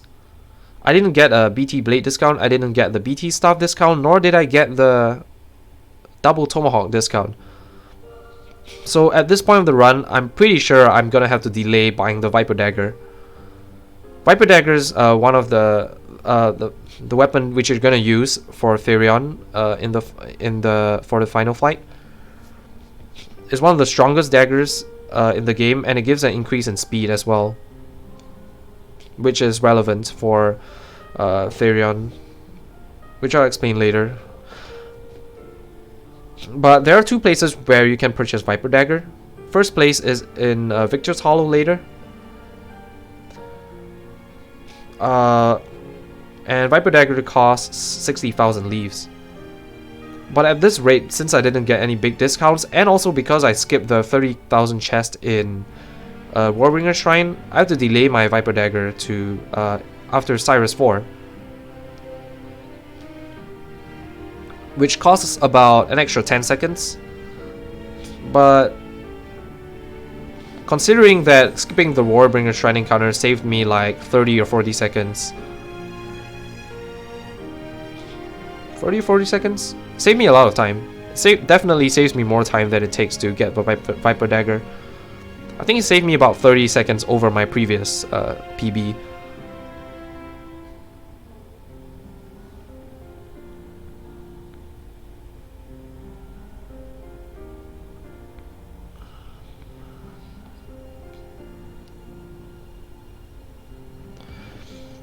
Finishing up with Hanet's Chapter 2, you saw me use BT Blade there. So Elephant's Ignis are there. Doesn't quite do enough damage to kill a lot of the forest there. So we use BT Blade to do a bit more damage to fix the range.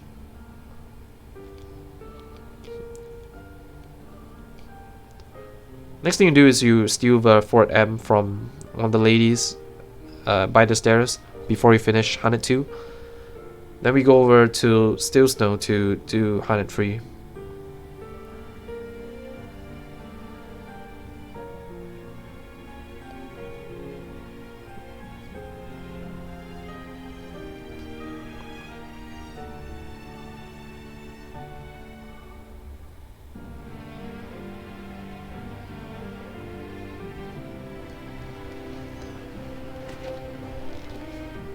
So at this point of the game, we are very strong. Our sorcerer is very strong, especially with all the buffs we can stack. So we're going to be one-shotting a lot of bosses here, two-turning them.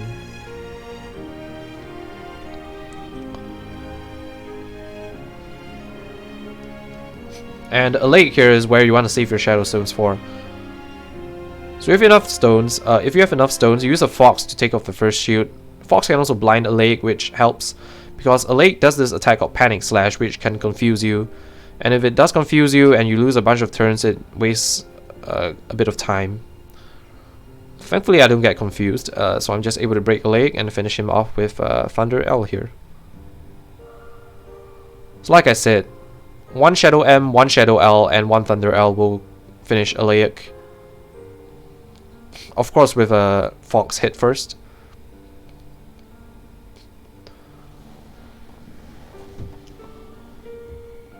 Okay, this upcoming map is kind of infamous in single story.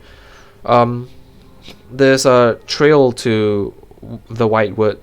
It's a very long map and has a very high chance of getting you an encounter. Thankfully in Galdera it's not that big of a deal because we have Evil Ward and our characters are very high level and we can usually escape from it.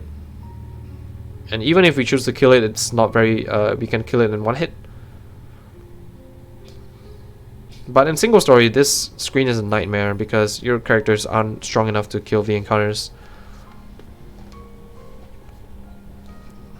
But good for me, I don't get the encounter, so it saves me a bit of time. Getting an encounter takes about 10 seconds if you flee from it first try.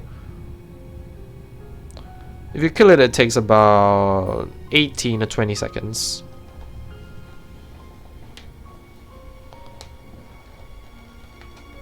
Assuming you kill it on the first turn, first move of the first turn.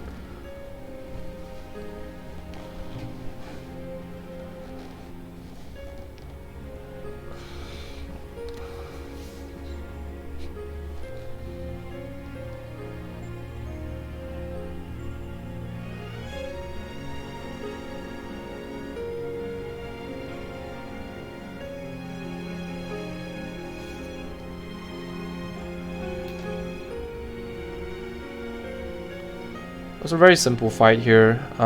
Use Holy Light to take off shield. Break Dragon with Axe times 3, and then Elephant's Ignis are there with Elemental Break. So one thing to note about these fights is you don't use Elfrix because firstly you don't need it.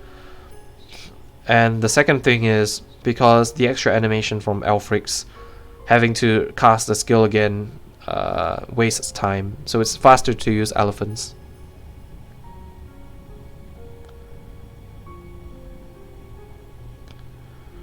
So we're coming up on Hanet 4, which is one of the more annoying parts about this run, about the route. because Haunted 4 features 2 screens which are very long and very likely to give you an encounter. Usually you kill the encounter, but sometimes, let's say if you have surplus JP XP, you want to skip the encounter. It's a chapter 4 encounter, so you can fail, and the groups are very big, so if you fail to escape multiple times, it can lose you a lot of time.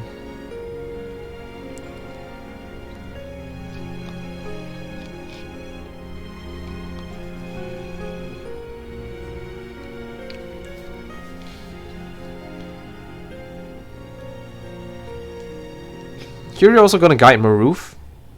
Maruf is required to complete Ali's quest, which I started in the middle of Outbreak 4. This quest gives us access to the Tradewind Spear. Tradewind Spear, like the Lizard King's Axe, is a weapon which increases the wind damage that you deal by 30%. And we're gonna take advantage of this for Galdera. Another weapon that we're gonna get later on, shortly after this, is Primeval Bow. Primeval Bow is a bow that also increases your wind elemental attack by 30%. And sorcerers can equip bows, so right after we get Primeval Bow, we're gonna equip it onto our sorcerer, so we can increase our wind elemental attack.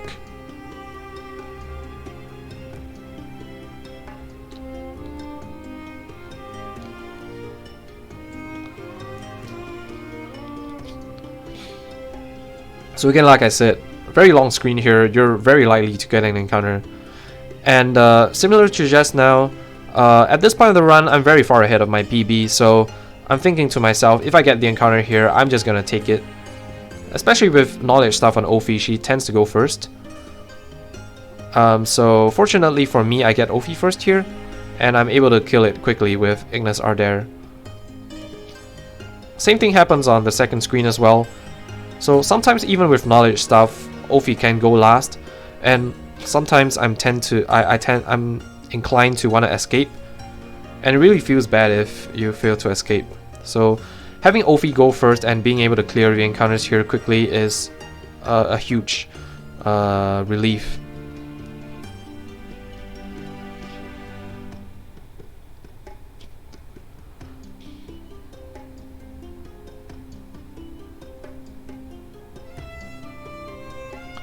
You also want to take extra. You also usually want to take an encounter here for your JP and XP routing.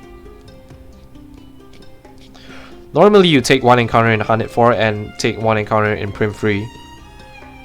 Since I took an extra encounter in Outbreak 4 and I took 2 encounters here, I have more than enough JP and XP, so I'm definitely going to skip the Prim 3 encounter at this point.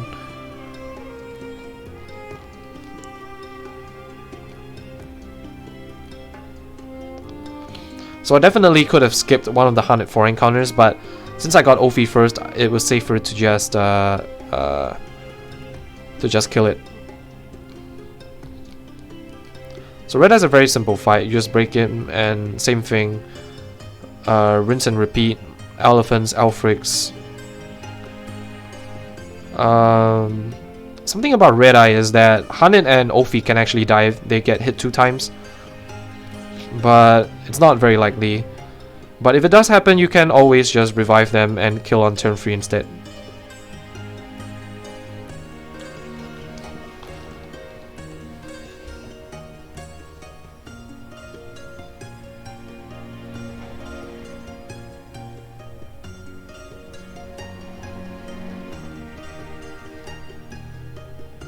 So at this point of the run, I'm feeling really good because Haunted 4 is one of the last places where you can lose a whole bunch of time. So I'm about more than a minute and a half ahead of my previous PB at this point. So at this point of the run, I'm feeling very confident that I'll be able to, if everything goes well, I'll be able to PB.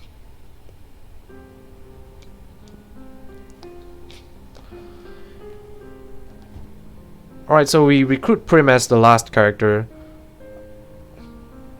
before we recruit Prim, we turn in the Tradewind Spear quest.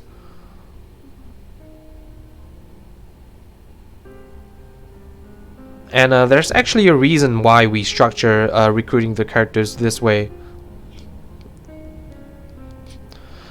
So you want to do Olbrick's chapter first because you want Archibald to appear in Stoneguard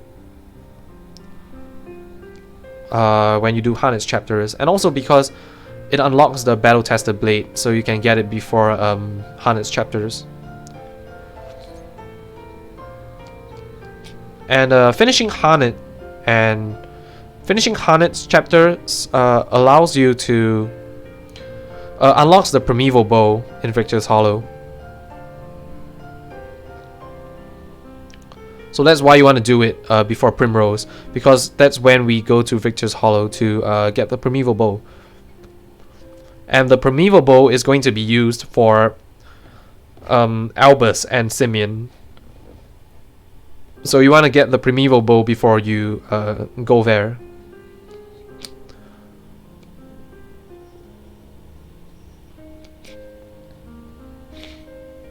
So we use Luminescence here to take care of Helganish.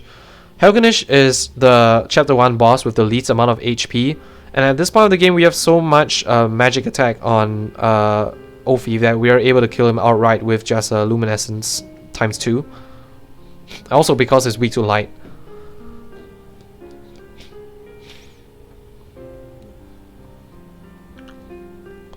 At this point of the run, there isn't really much that can go wrong. The worst thing that can happen is just you lose time to random encounters like Prim 1 encounter that you saw me get there. So much of the time save or time loss at this later point in the run is bleeding time due to random encounters.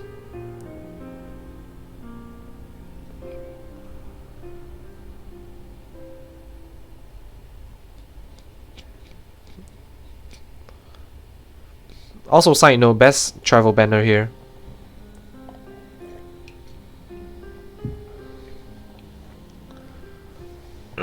Travel banners are they don't progress the plot at all. They're just conversations between your characters to add a bit more life to the story, to the characters.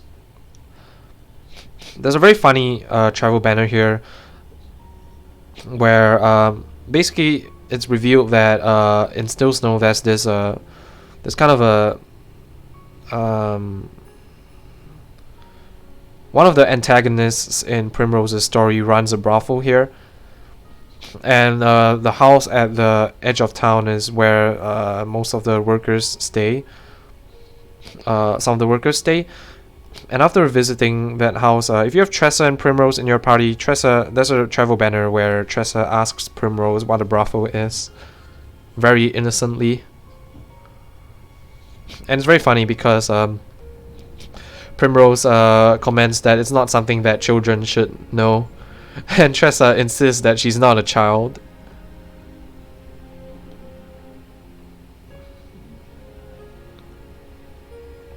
So coming up on Rufus, if you get Tressa before Ophi here, you can donate BP. You donate BP to her and max Tonitrous Conair, and use Holy Light times 3 on the next turn. If you get Ophi first, you have to use Tonitrous Conair times 3. Then you have to supplement the missing damage with 2 hits of the sword with Therion. Then you use Holy Light times 4 to finish.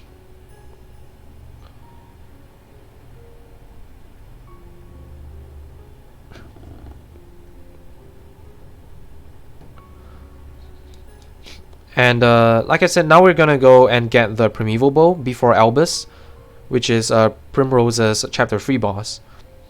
Conveniently, Victor's Hollow is really close to Still Snow, so it's not a very... we don't have to spend a lot of time warping. I mean, it's just a bit of time, but it does make a difference. So what we do here is we speak to Alaic, and we guide him as part of a quest. This quest gives us the Primeval Bow.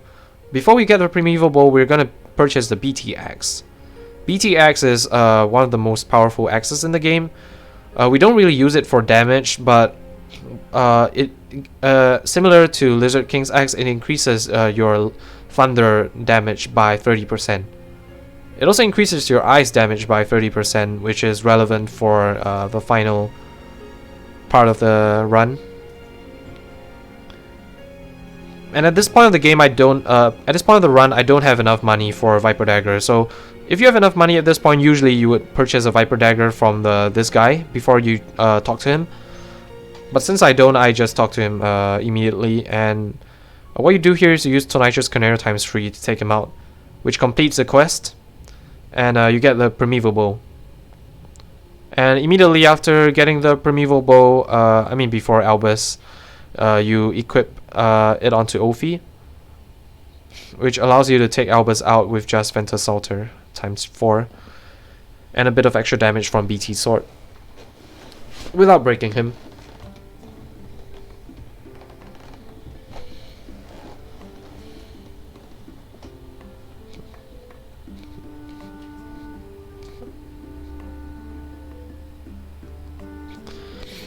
In this upcoming menu, I'm also going to be teaching a skill to Primrose, which is Panther Dance.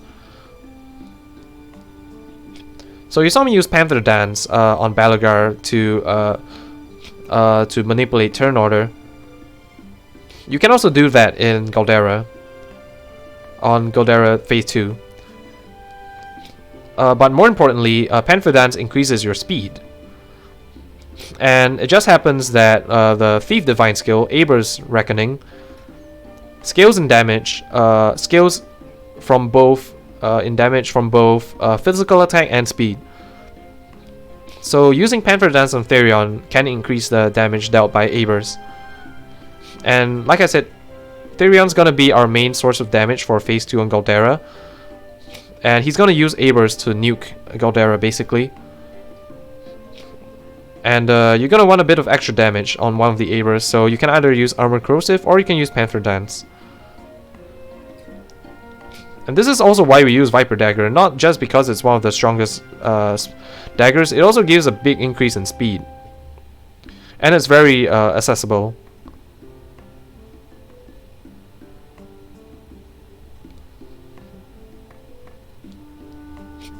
So I mentioned earlier, I'm gonna skip Print Free Encounter because I took a lot of extra encounters before this. So definitely skip this here. I could have killed it, but the chances of fleeing a Chapter 3 encounter are higher than Chapter 4, so I was comfortable skipping this encounter. Usually I get a skip. Usually I succeed anyway. And we get to see Primeval Bow here in action on Albus. So we whack Albus 2 times with a sword, then we use Elephant's Ventus Salter times 4. And this is without E-Break, without Peacock, and without breaking Albus.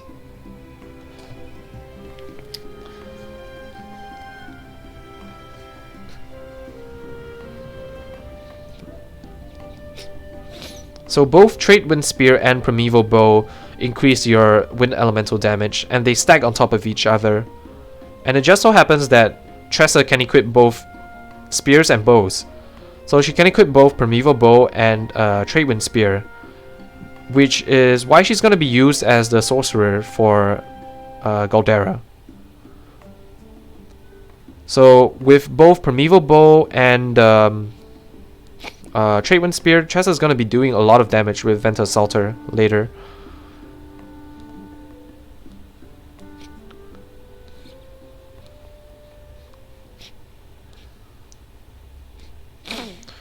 So we're at Everhold now. We're gonna finish with Primrose's Chapter 4.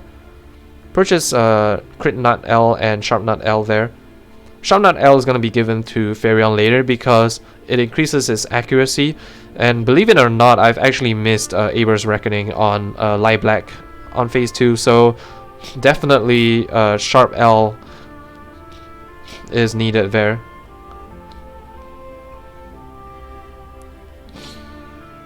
Because if you don't have Sharp L, you'd probably be missing a lot more.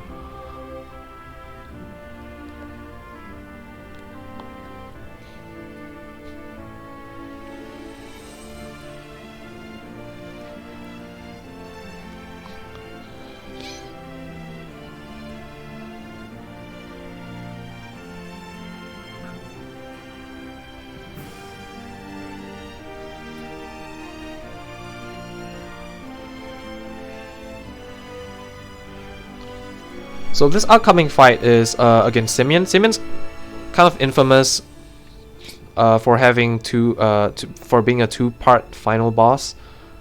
Or rather, I should say, Primrose is kind of infamous for having two final bosses. So Simeon fight is two phases. First phase, he has two puppets along with him. Very infamous fight in single story as well, because the father puppet can wipe your entire party with sweep. In Galdera, doesn't really you don't really have a chance of dying, but you want to try to heal your characters just in case they don't level for phase 2.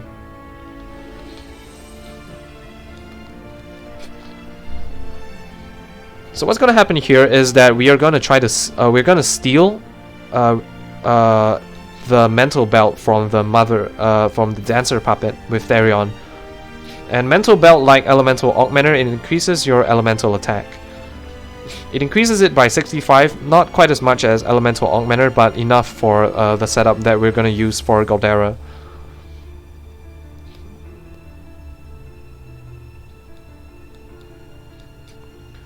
So like I said here, so before this fight, I noticed that Tressa was not at full HP, which means she's probably going to be close to leveling. So I don't need to heal Tressa to full on this fight. So I prioritize the healing Great Bunch to heal the rest of my characters up to full, just in case they don't level for phase 2. And I was right. All 3 of them don't level except for Tressa.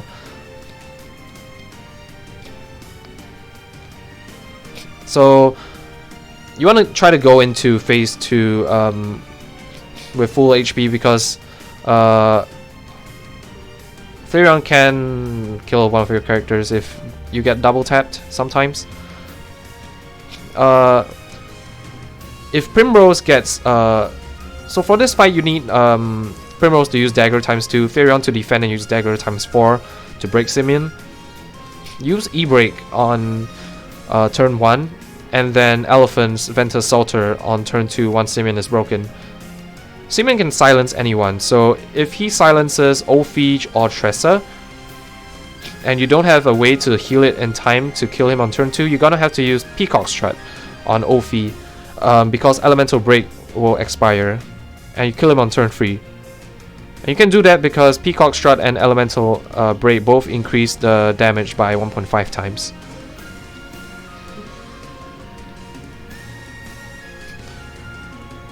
But like I said, if Simeon sometimes can kill a character if he attacks into them, if they're not from at full HP.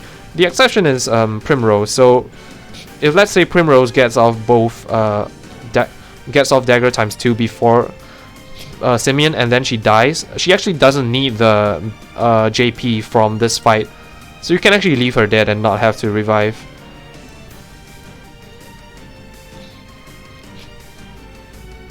So after Prim 4, we go over to North Reach to start Therion 4. So there are a few reasons for this. The first reason is because we have to do this first part of Therion 4, and then we have to go back to the first screen, so we can do this first, warp somewhere else, and warp back later. Second reason is because we want to do a tavern menu where we get Cyrus into our party. Unfortunately for me, Cyrus does get hit. You do have knowledge stuff on Ophi, so she tends to go first, but for some reason she went third here, last here. Cyrus does get hit by one of the guys, but luckily for me, Therion went before Ophi, so Therion could olive Cyrus before Ophi finishes the fight. And you really want Cyrus alive for this fight because you need the JP on him. That's also one of the reasons why you do this part first. And also because starting Therion 4 puts you right at the tavern, so it's very convenient. What you also saw me do is I purchased an extra, I purchased the last Fort L. Then I stole a Platinum Sword. So Platinum Sword gives a speed boost. Is a sword with a large speed boost.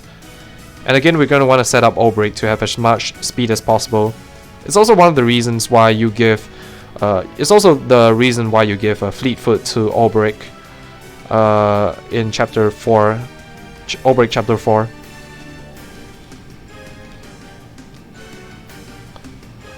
So in this menu here, you're gonna teach Ophi all the Rune Lord skills except for Balagar's Blade.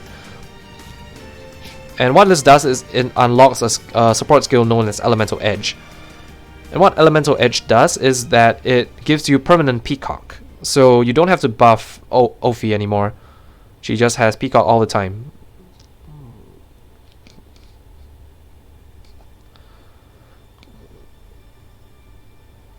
Next thing you're gonna do is you wanna re-equip Ophi.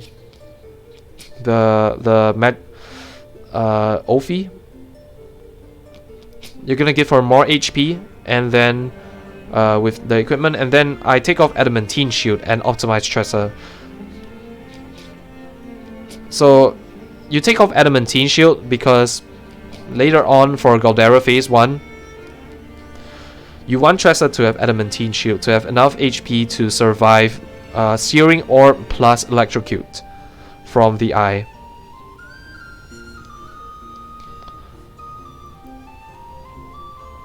Another thing about optimizing Tressa in that menu is it gives her extra defense from equipment, which can matter for Darius later. So I've actually had Tressa die at Darius, which is why I just started optimizing her in that menu.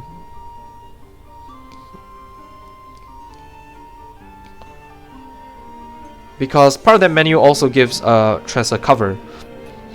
And what happens in Darius is that he's gonna use a Steel Item, which is a AoE attack, and it puts Cyrus to 1 HP. And then if Darius attacks into Cyrus, Tressa's gonna cover for him. And I've actually had Tressa die on the second attack, which is why I started giving Tressa more equipment in that menu just now, so she can live the second attack. Also, something I didn't mention is that in this menu right here before Lucia, I gave Cyrus 4 merchant skills, which gives him the support skill Hang Tough. So Hang Tough allows your characters to survive any attack, any single hit attack, as long as they are above critical HP, which is 30%. So this is very good because a lot of your characters are very weak, especially for Galdera and fights like Lucia and Darius. So Cyrus is gonna get one shot by Lucia and Darius's AoE attacks. So Hang Tough allows Cyrus to live the attack with 1 HP. Without Hang Tough, like I said, they're always gonna die. So right after Cyrus's chapter 4, or right before we finish chapter 4, we're gonna buy the Viper Dagger. So we do it here because we have to warp out of Dust Barrel. So after scrutinizing the books, we have to go back to the previous screen in Ruins of El to scrutinize the mural on the wall. And it's faster to warp back to Dusk Barrel and to go and to run to the mural from there. So since we're at Dusk Barrel, we purchase the Viper's Dagger at the same time. So you purchase the Viper Dagger from the lady guarding the house to the southwest here. And it's a bit of a far walk, which is why it takes an extra 10 seconds. And of course I get the discount here. So, like I said, it's about 10 seconds slower. Definitely faster to purchase it in before Prim Free if you can. But in this run I didn't get any big discounts, and I skipped the 30k in Warbringer, so I had no choice but to get the Viper Dagger then later. So now we finish up with Cyrus's chapter 4. We scrutinize the mural on the wall. And that puts us back in Atlas Dam. And conveniently enough for us, there is something that we have to steal in Atlas Dam. So we're gonna pay a visit to Therese here, and Therese has another elemental augmenter. So at this point of the game, we only have one. So we want two for Galdera, because we want to deck out Tressa to have as much elemental attack as possible. So we get the remaining one here before we go back to Northreach to finish Variance Chapter 4. And like I said, we had to go back to the first screen anyway, which is why we warped out of the second screen, and now we warp back to Northreach. So this season thief here has an extra pomegranate L if you need pomegranates. I decided to just steal it just to be safe, although I'm pretty sure I have enough pom Ls at this point. I purchased the second sprightly necklace here, so you have two for Ulbrich for Galdera. Then now we go over to Darius, who is the last story boss which we are going to complete, which we are going to fight.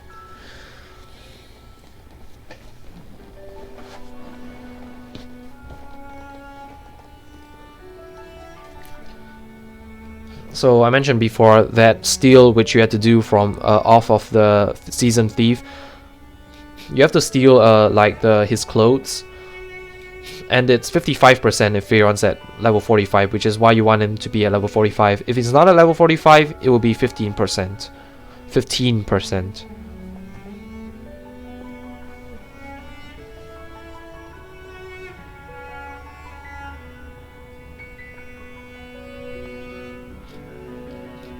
And you want Therion to be of a high enough level, not just because you want the steal chance.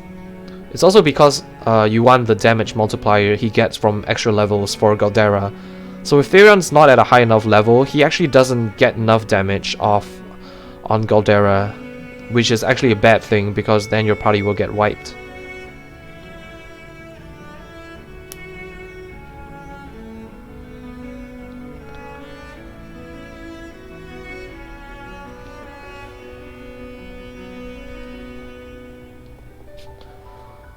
So like I said, Darius going to use steal HP here, and without the equipment, Tressa, I've actually seen Tressa die here. So good thing I optimized Tressa so she was able to cover for Cyrus there and live, because you need her to get elephants off on Ophi for turn 2.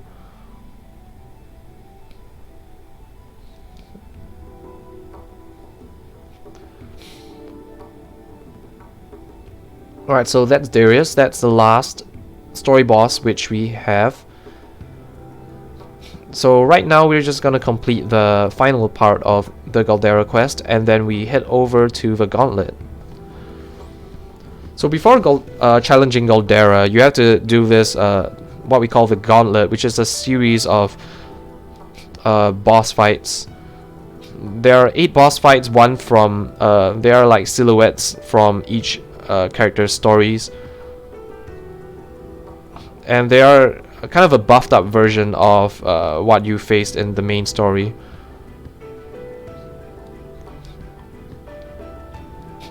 And the thing about Galdera is that if you die at Galdera, you have to redo the Gauntlet again.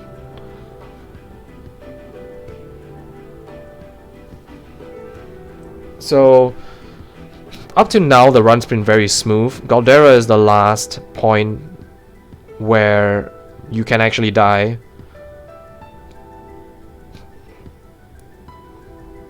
Before that, you have to kill this tiger, so you can kill it with Venta Salter times 4. I get a bit unlucky and I get Ophi first. Usually you get Ophi last, and then you donate BP to Ophi, or you palm M Ophi. I get Ophi first, so I had to defend with her. And I was gonna donate BP to Ophi, but then Tressa got slapped. So in the end, I just used the Pomegranate M instead. But fortunately for me, I have a lot of extra Poms. Once again, because I got Essence of Pomegranate drops, so I was able to replace Pom M's with the boosting bombs from Elfin's Concoct. And right here, we're gonna feed all the nuts to Therion and Sharp Nut to Tressa. Final menu here, one of the final menus. Final menu before Gauntlet. And here you're gonna see me swap jobs. Tressa's gonna get the sorcerer now, and Ophi's gonna be Rune Lord.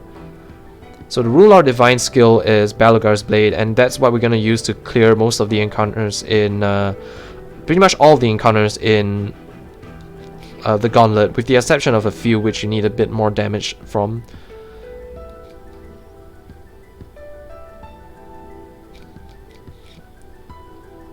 You also equip BTX on the Ophi, again for the boost to thunder and ice damage.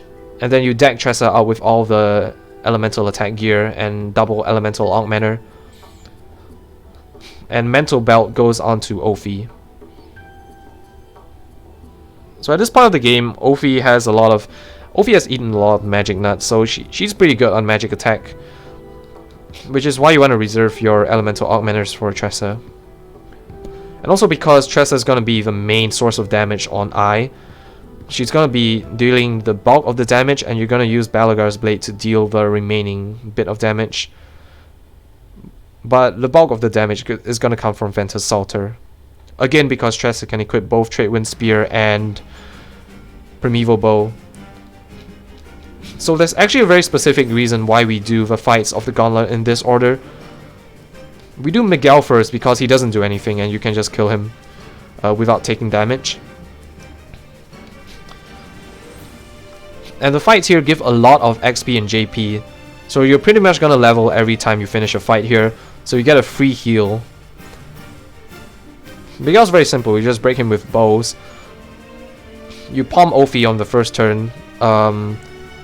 And then you Balagar's Blade on the second turn. So this is gonna be we're gonna rinse and repeat this pattern for a lot of the bosses here. The next one is gonna be on Simeon. So Simeon doesn't die to one Balagar's Blade, so you're gonna have to use a Trade Winds ×2 to supplement.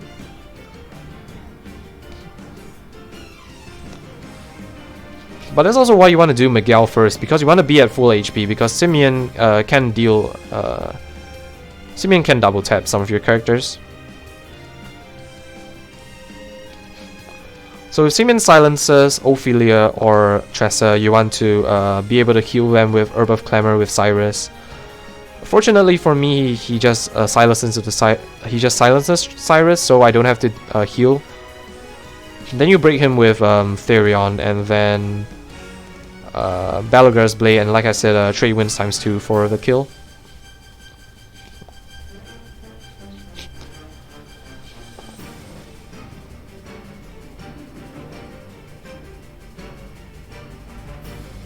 Oh my.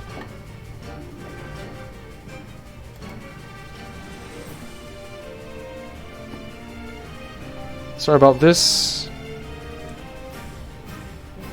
40, 60.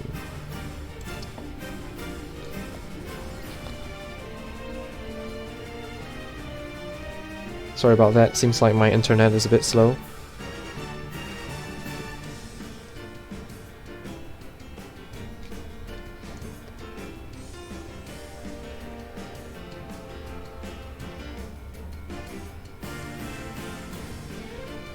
Alright, so after Simeon, we are gonna put Elfin back in our party, because we did the first two fights to get enough JP onto Cyrus. But now we have enough JP on Cyrus, we put Elfin in our party. Because we want Elfin to get more levels and HP. And a bit more JP so he can learn his divine skill. We equip double Tomahawk onto Elfin, and then we give him more HP to survive some attacks from the Eye later. And then again, like Miguel, we do Dragon first because he doesn't do anything, and we can just kill him without taking damage and get a free heal off of the level. Because next we're gonna do Darius, and Darius can kill one of our characters if he gets 2 attacks off. So normally for Darius, if you get someone like Therion before Darius, you want to use Shackle Foe if he's gonna get 2 attacks off. Another thing you can do is that since he's weak to both Dagger and Axe, if you get Therion and Ophi before he makes the second move,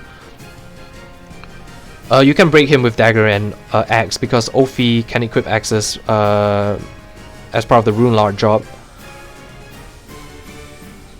So your characters are always guaranteed to survive the first AoE attack, but the second attack, which is Steel HP, which is deals a lot of damage and can kill one of your characters. So if you can break Darius before that, definitely try to do that.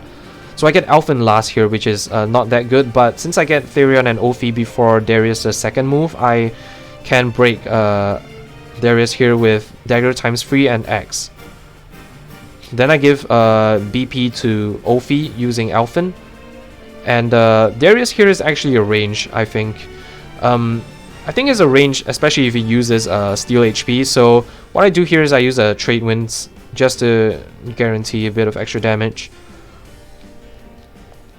So because the last thing you want to do is for Darius to survive and unbreak, and he uses an AoE on your party, and that's really bad. Again, the damage here, you take a lot more damage here because the bosses here are buffed up from as compared to the in story. In the menu just now, you also saw me equip all the speed items onto Ulbrich, so I equipped Platinum Sword, Hasty Helm, which I got in Morlock's Mans in Tressa Chapter 2. I also equipped Sprightly Bracelets, Sprightly Necklaces.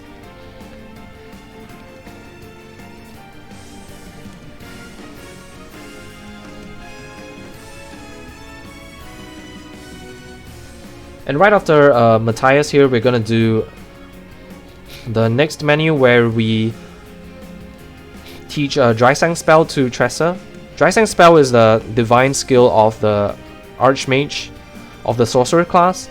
Basically what it does is it allows your magic attacks to crit, and crit is a 1.25 times multiplier, so essentially it just increases your damage by 1.25 times.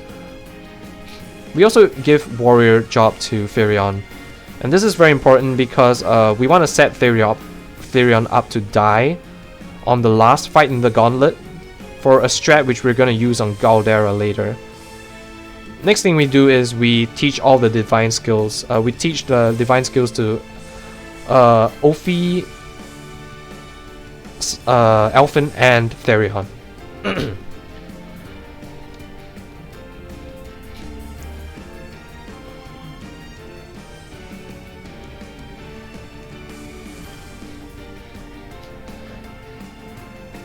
So why we want to set Therion up to die?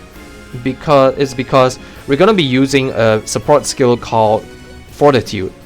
Fortitude increases your damage dealt by physical attacks inversely proportional to your HP. So if you're at 1 HP, you're going to be dealing about 3 times as much damage.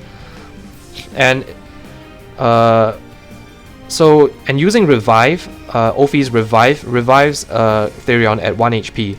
So it's very convenient. If we set him up to die and we use Revive to bring him back at 1 HP, then he gets the full benefit of Fortitude. And we can, again, we do the bosses in this order. Because on Venom Tooth Tiger, we're gonna use a Spear from the Warrior class to break. And then we do Werner last, because Werner, we're gonna set up Therion to die at Werner because he's gonna use an attack called Double Strike to kill Therion.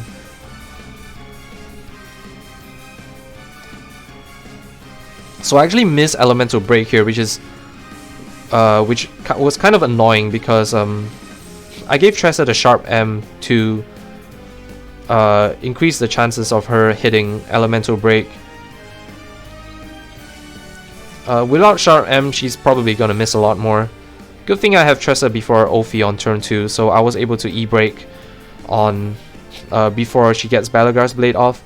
So, like I said, E-break's not the most accurate of skills, but it always hits. Your attacks always hit as long as an enemy is broken. So, after breaking Tiger, I was able to E-break guaranteed. Alright, now for Werner. We're gonna set, like I said, set Therion up to die. So what we're gonna do is Insight with Therion, which draws all attacks to Therion. We're gonna use a Curious Mist, which is Soothing Dust plus Curious Bloom with Alphen, which gives, along with Show Goes On, a Dancer support skill, gives us two turns of AoE Rehabilitate, which prevents status ailments. Because on turn 2, Werner is gonna use Sweep, and Sweep can inflict terror on some of your characters, and that's not a good thing because you want to boost your to kill Werner.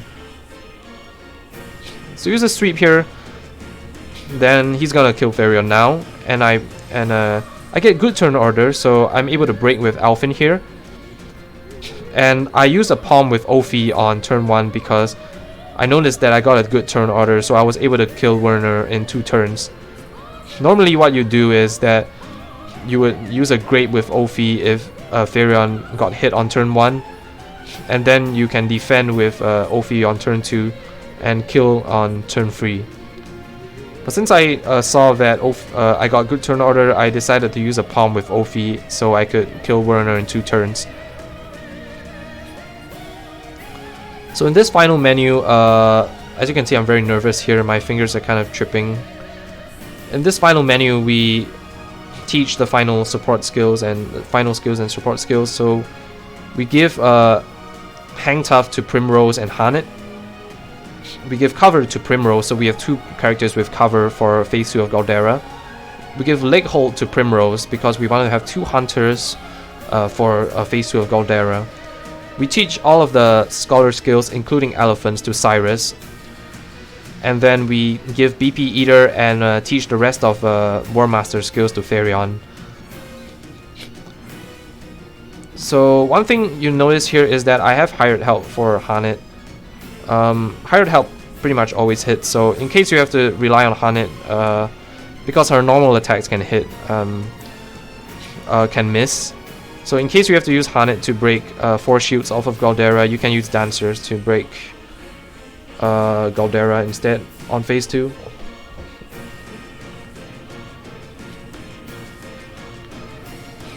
So Phase 1 is stacking every single buff onto Tressa. You kind of want to pay attention to your turn order because the eye can kill your characters here. So you want to rune sometime before turn 3. And normally you have to defend with Tressa to get her before the ad, but since Tressa is going before the ad on turn 2 here, I can Healing Grape M Cyrus with Tressa instead of defending. You need Elfen before Cyrus to get Dota's Charity off on Cyrus, which is why I defended there, and then you Peacock. So Dota's Charity here is combined with Ref Jam to give a max heal and BP to all of your characters.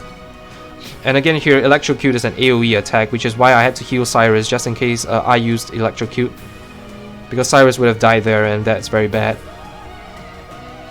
We use Lux Conjurer ×3 here, very important, you need to use ×3, otherwise the ad won't die. And here I have a free turn with Ophi. Usually I would heal here with Ophi, but since I have a free turn, I just runed instead, because you don't want to defend with Ophi. You want Ophi to go after the eye on turn 3. If Ophi goes before the eye on turn 3, you have to do a backup strat. You don't want to kill the ad before the eye takes his turn, because then it will summon more ads, and it's very annoying. So good thing Ophi went after the eye on turn 3. And now you just use a normal attack, and the rune will destroy the ad. So here defend with Elfen and use Double Tomahawk ×4 to break the eye, because it has 8 shields and weak to Axe. Then you stack Dry Sang Spell, Elemental Break, Alfric's Auspices onto Tressa. And again Ref Jam to heal everyone up to full, and you finish eye with Ventus Salter and Balagar's Blade.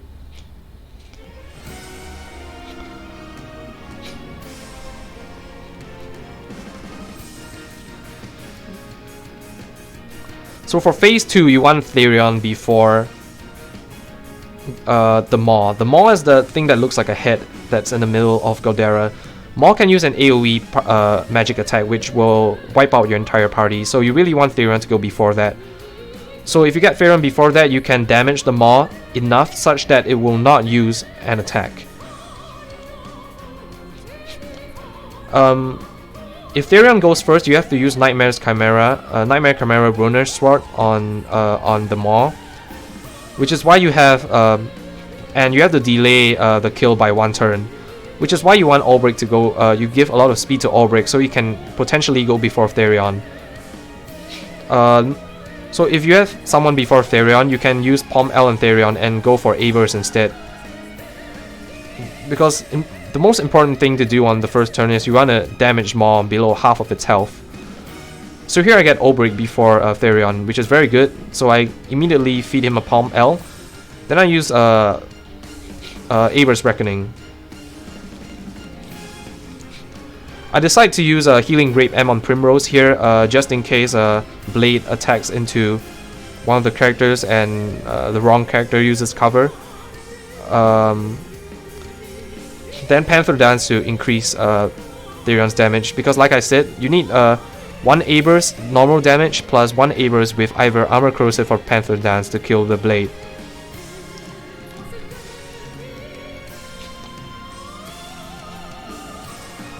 So what you also want to see is that on turn 2 you want you gotta make sure the Maw goes after Therion, because on turn 2 then it has a chance to use a AoE magic attack. So if Maw goes after Therion before Therion on turn 2, you have to use a Leghold Trap instead. And you want a Hunter to go after Galdera on after you kill all the parts. Then you can because after you kill all the parts, Galdera will unlock his weakness the next turn he takes. Then use Leghold to put him at the end. And after you break Galdera, it restores full BP to all your characters. You use Nightmare Chimera or Death Cleaver when it's unbroken, and then when it's broken, you can either use Nightmare Chimera Wurnestroy if you haven't used it, or you can use Aber's Reckoning to kill. So this is a very clean Galdera fight, and definitely the ideal fight here. Things can go a lot worse if Maw goes before Therion. But with that said, that is the end of the run. So after killing Galdera, the time stops when the text box pops up here. And that is time. So very happy with this run. Very good RNG. I made some mistakes, but I was still able to get a sub 54. So I wasn't expecting to get a sub 54, but overall very happy with how I played in this run. I think especially my movement was very good in places where it did matter. So especially for maps like Tunnels and Cyrus Chapter 3, you want to make sure your movement's as clean as possible to minimize your chances of getting an encounter. So I think my movement was very good where it mattered. And apart from that, my execution was decent. I made a few mistakes here and there, for example in an OV4 and forgetting to heal Tressa for Winterhill. But other than that, the rest of the run was very smooth. So I hope this video can encourage people to pick up Galdera. I hope it at least shed some light on some of the thought processes and the decision making that goes into Galdera. And if you're just a casual viewer, I hope you enjoyed this commentary. I think Galdera is a very entertaining category to watch, especially because you complete the entire game. And it's also one of the most skillful categories because you're constantly being challenged to make quick decisions, like I said right at the start of this video.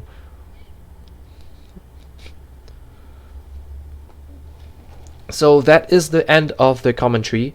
Thank you everyone for watching, and I will probably be using this video as submission for future marathons as well.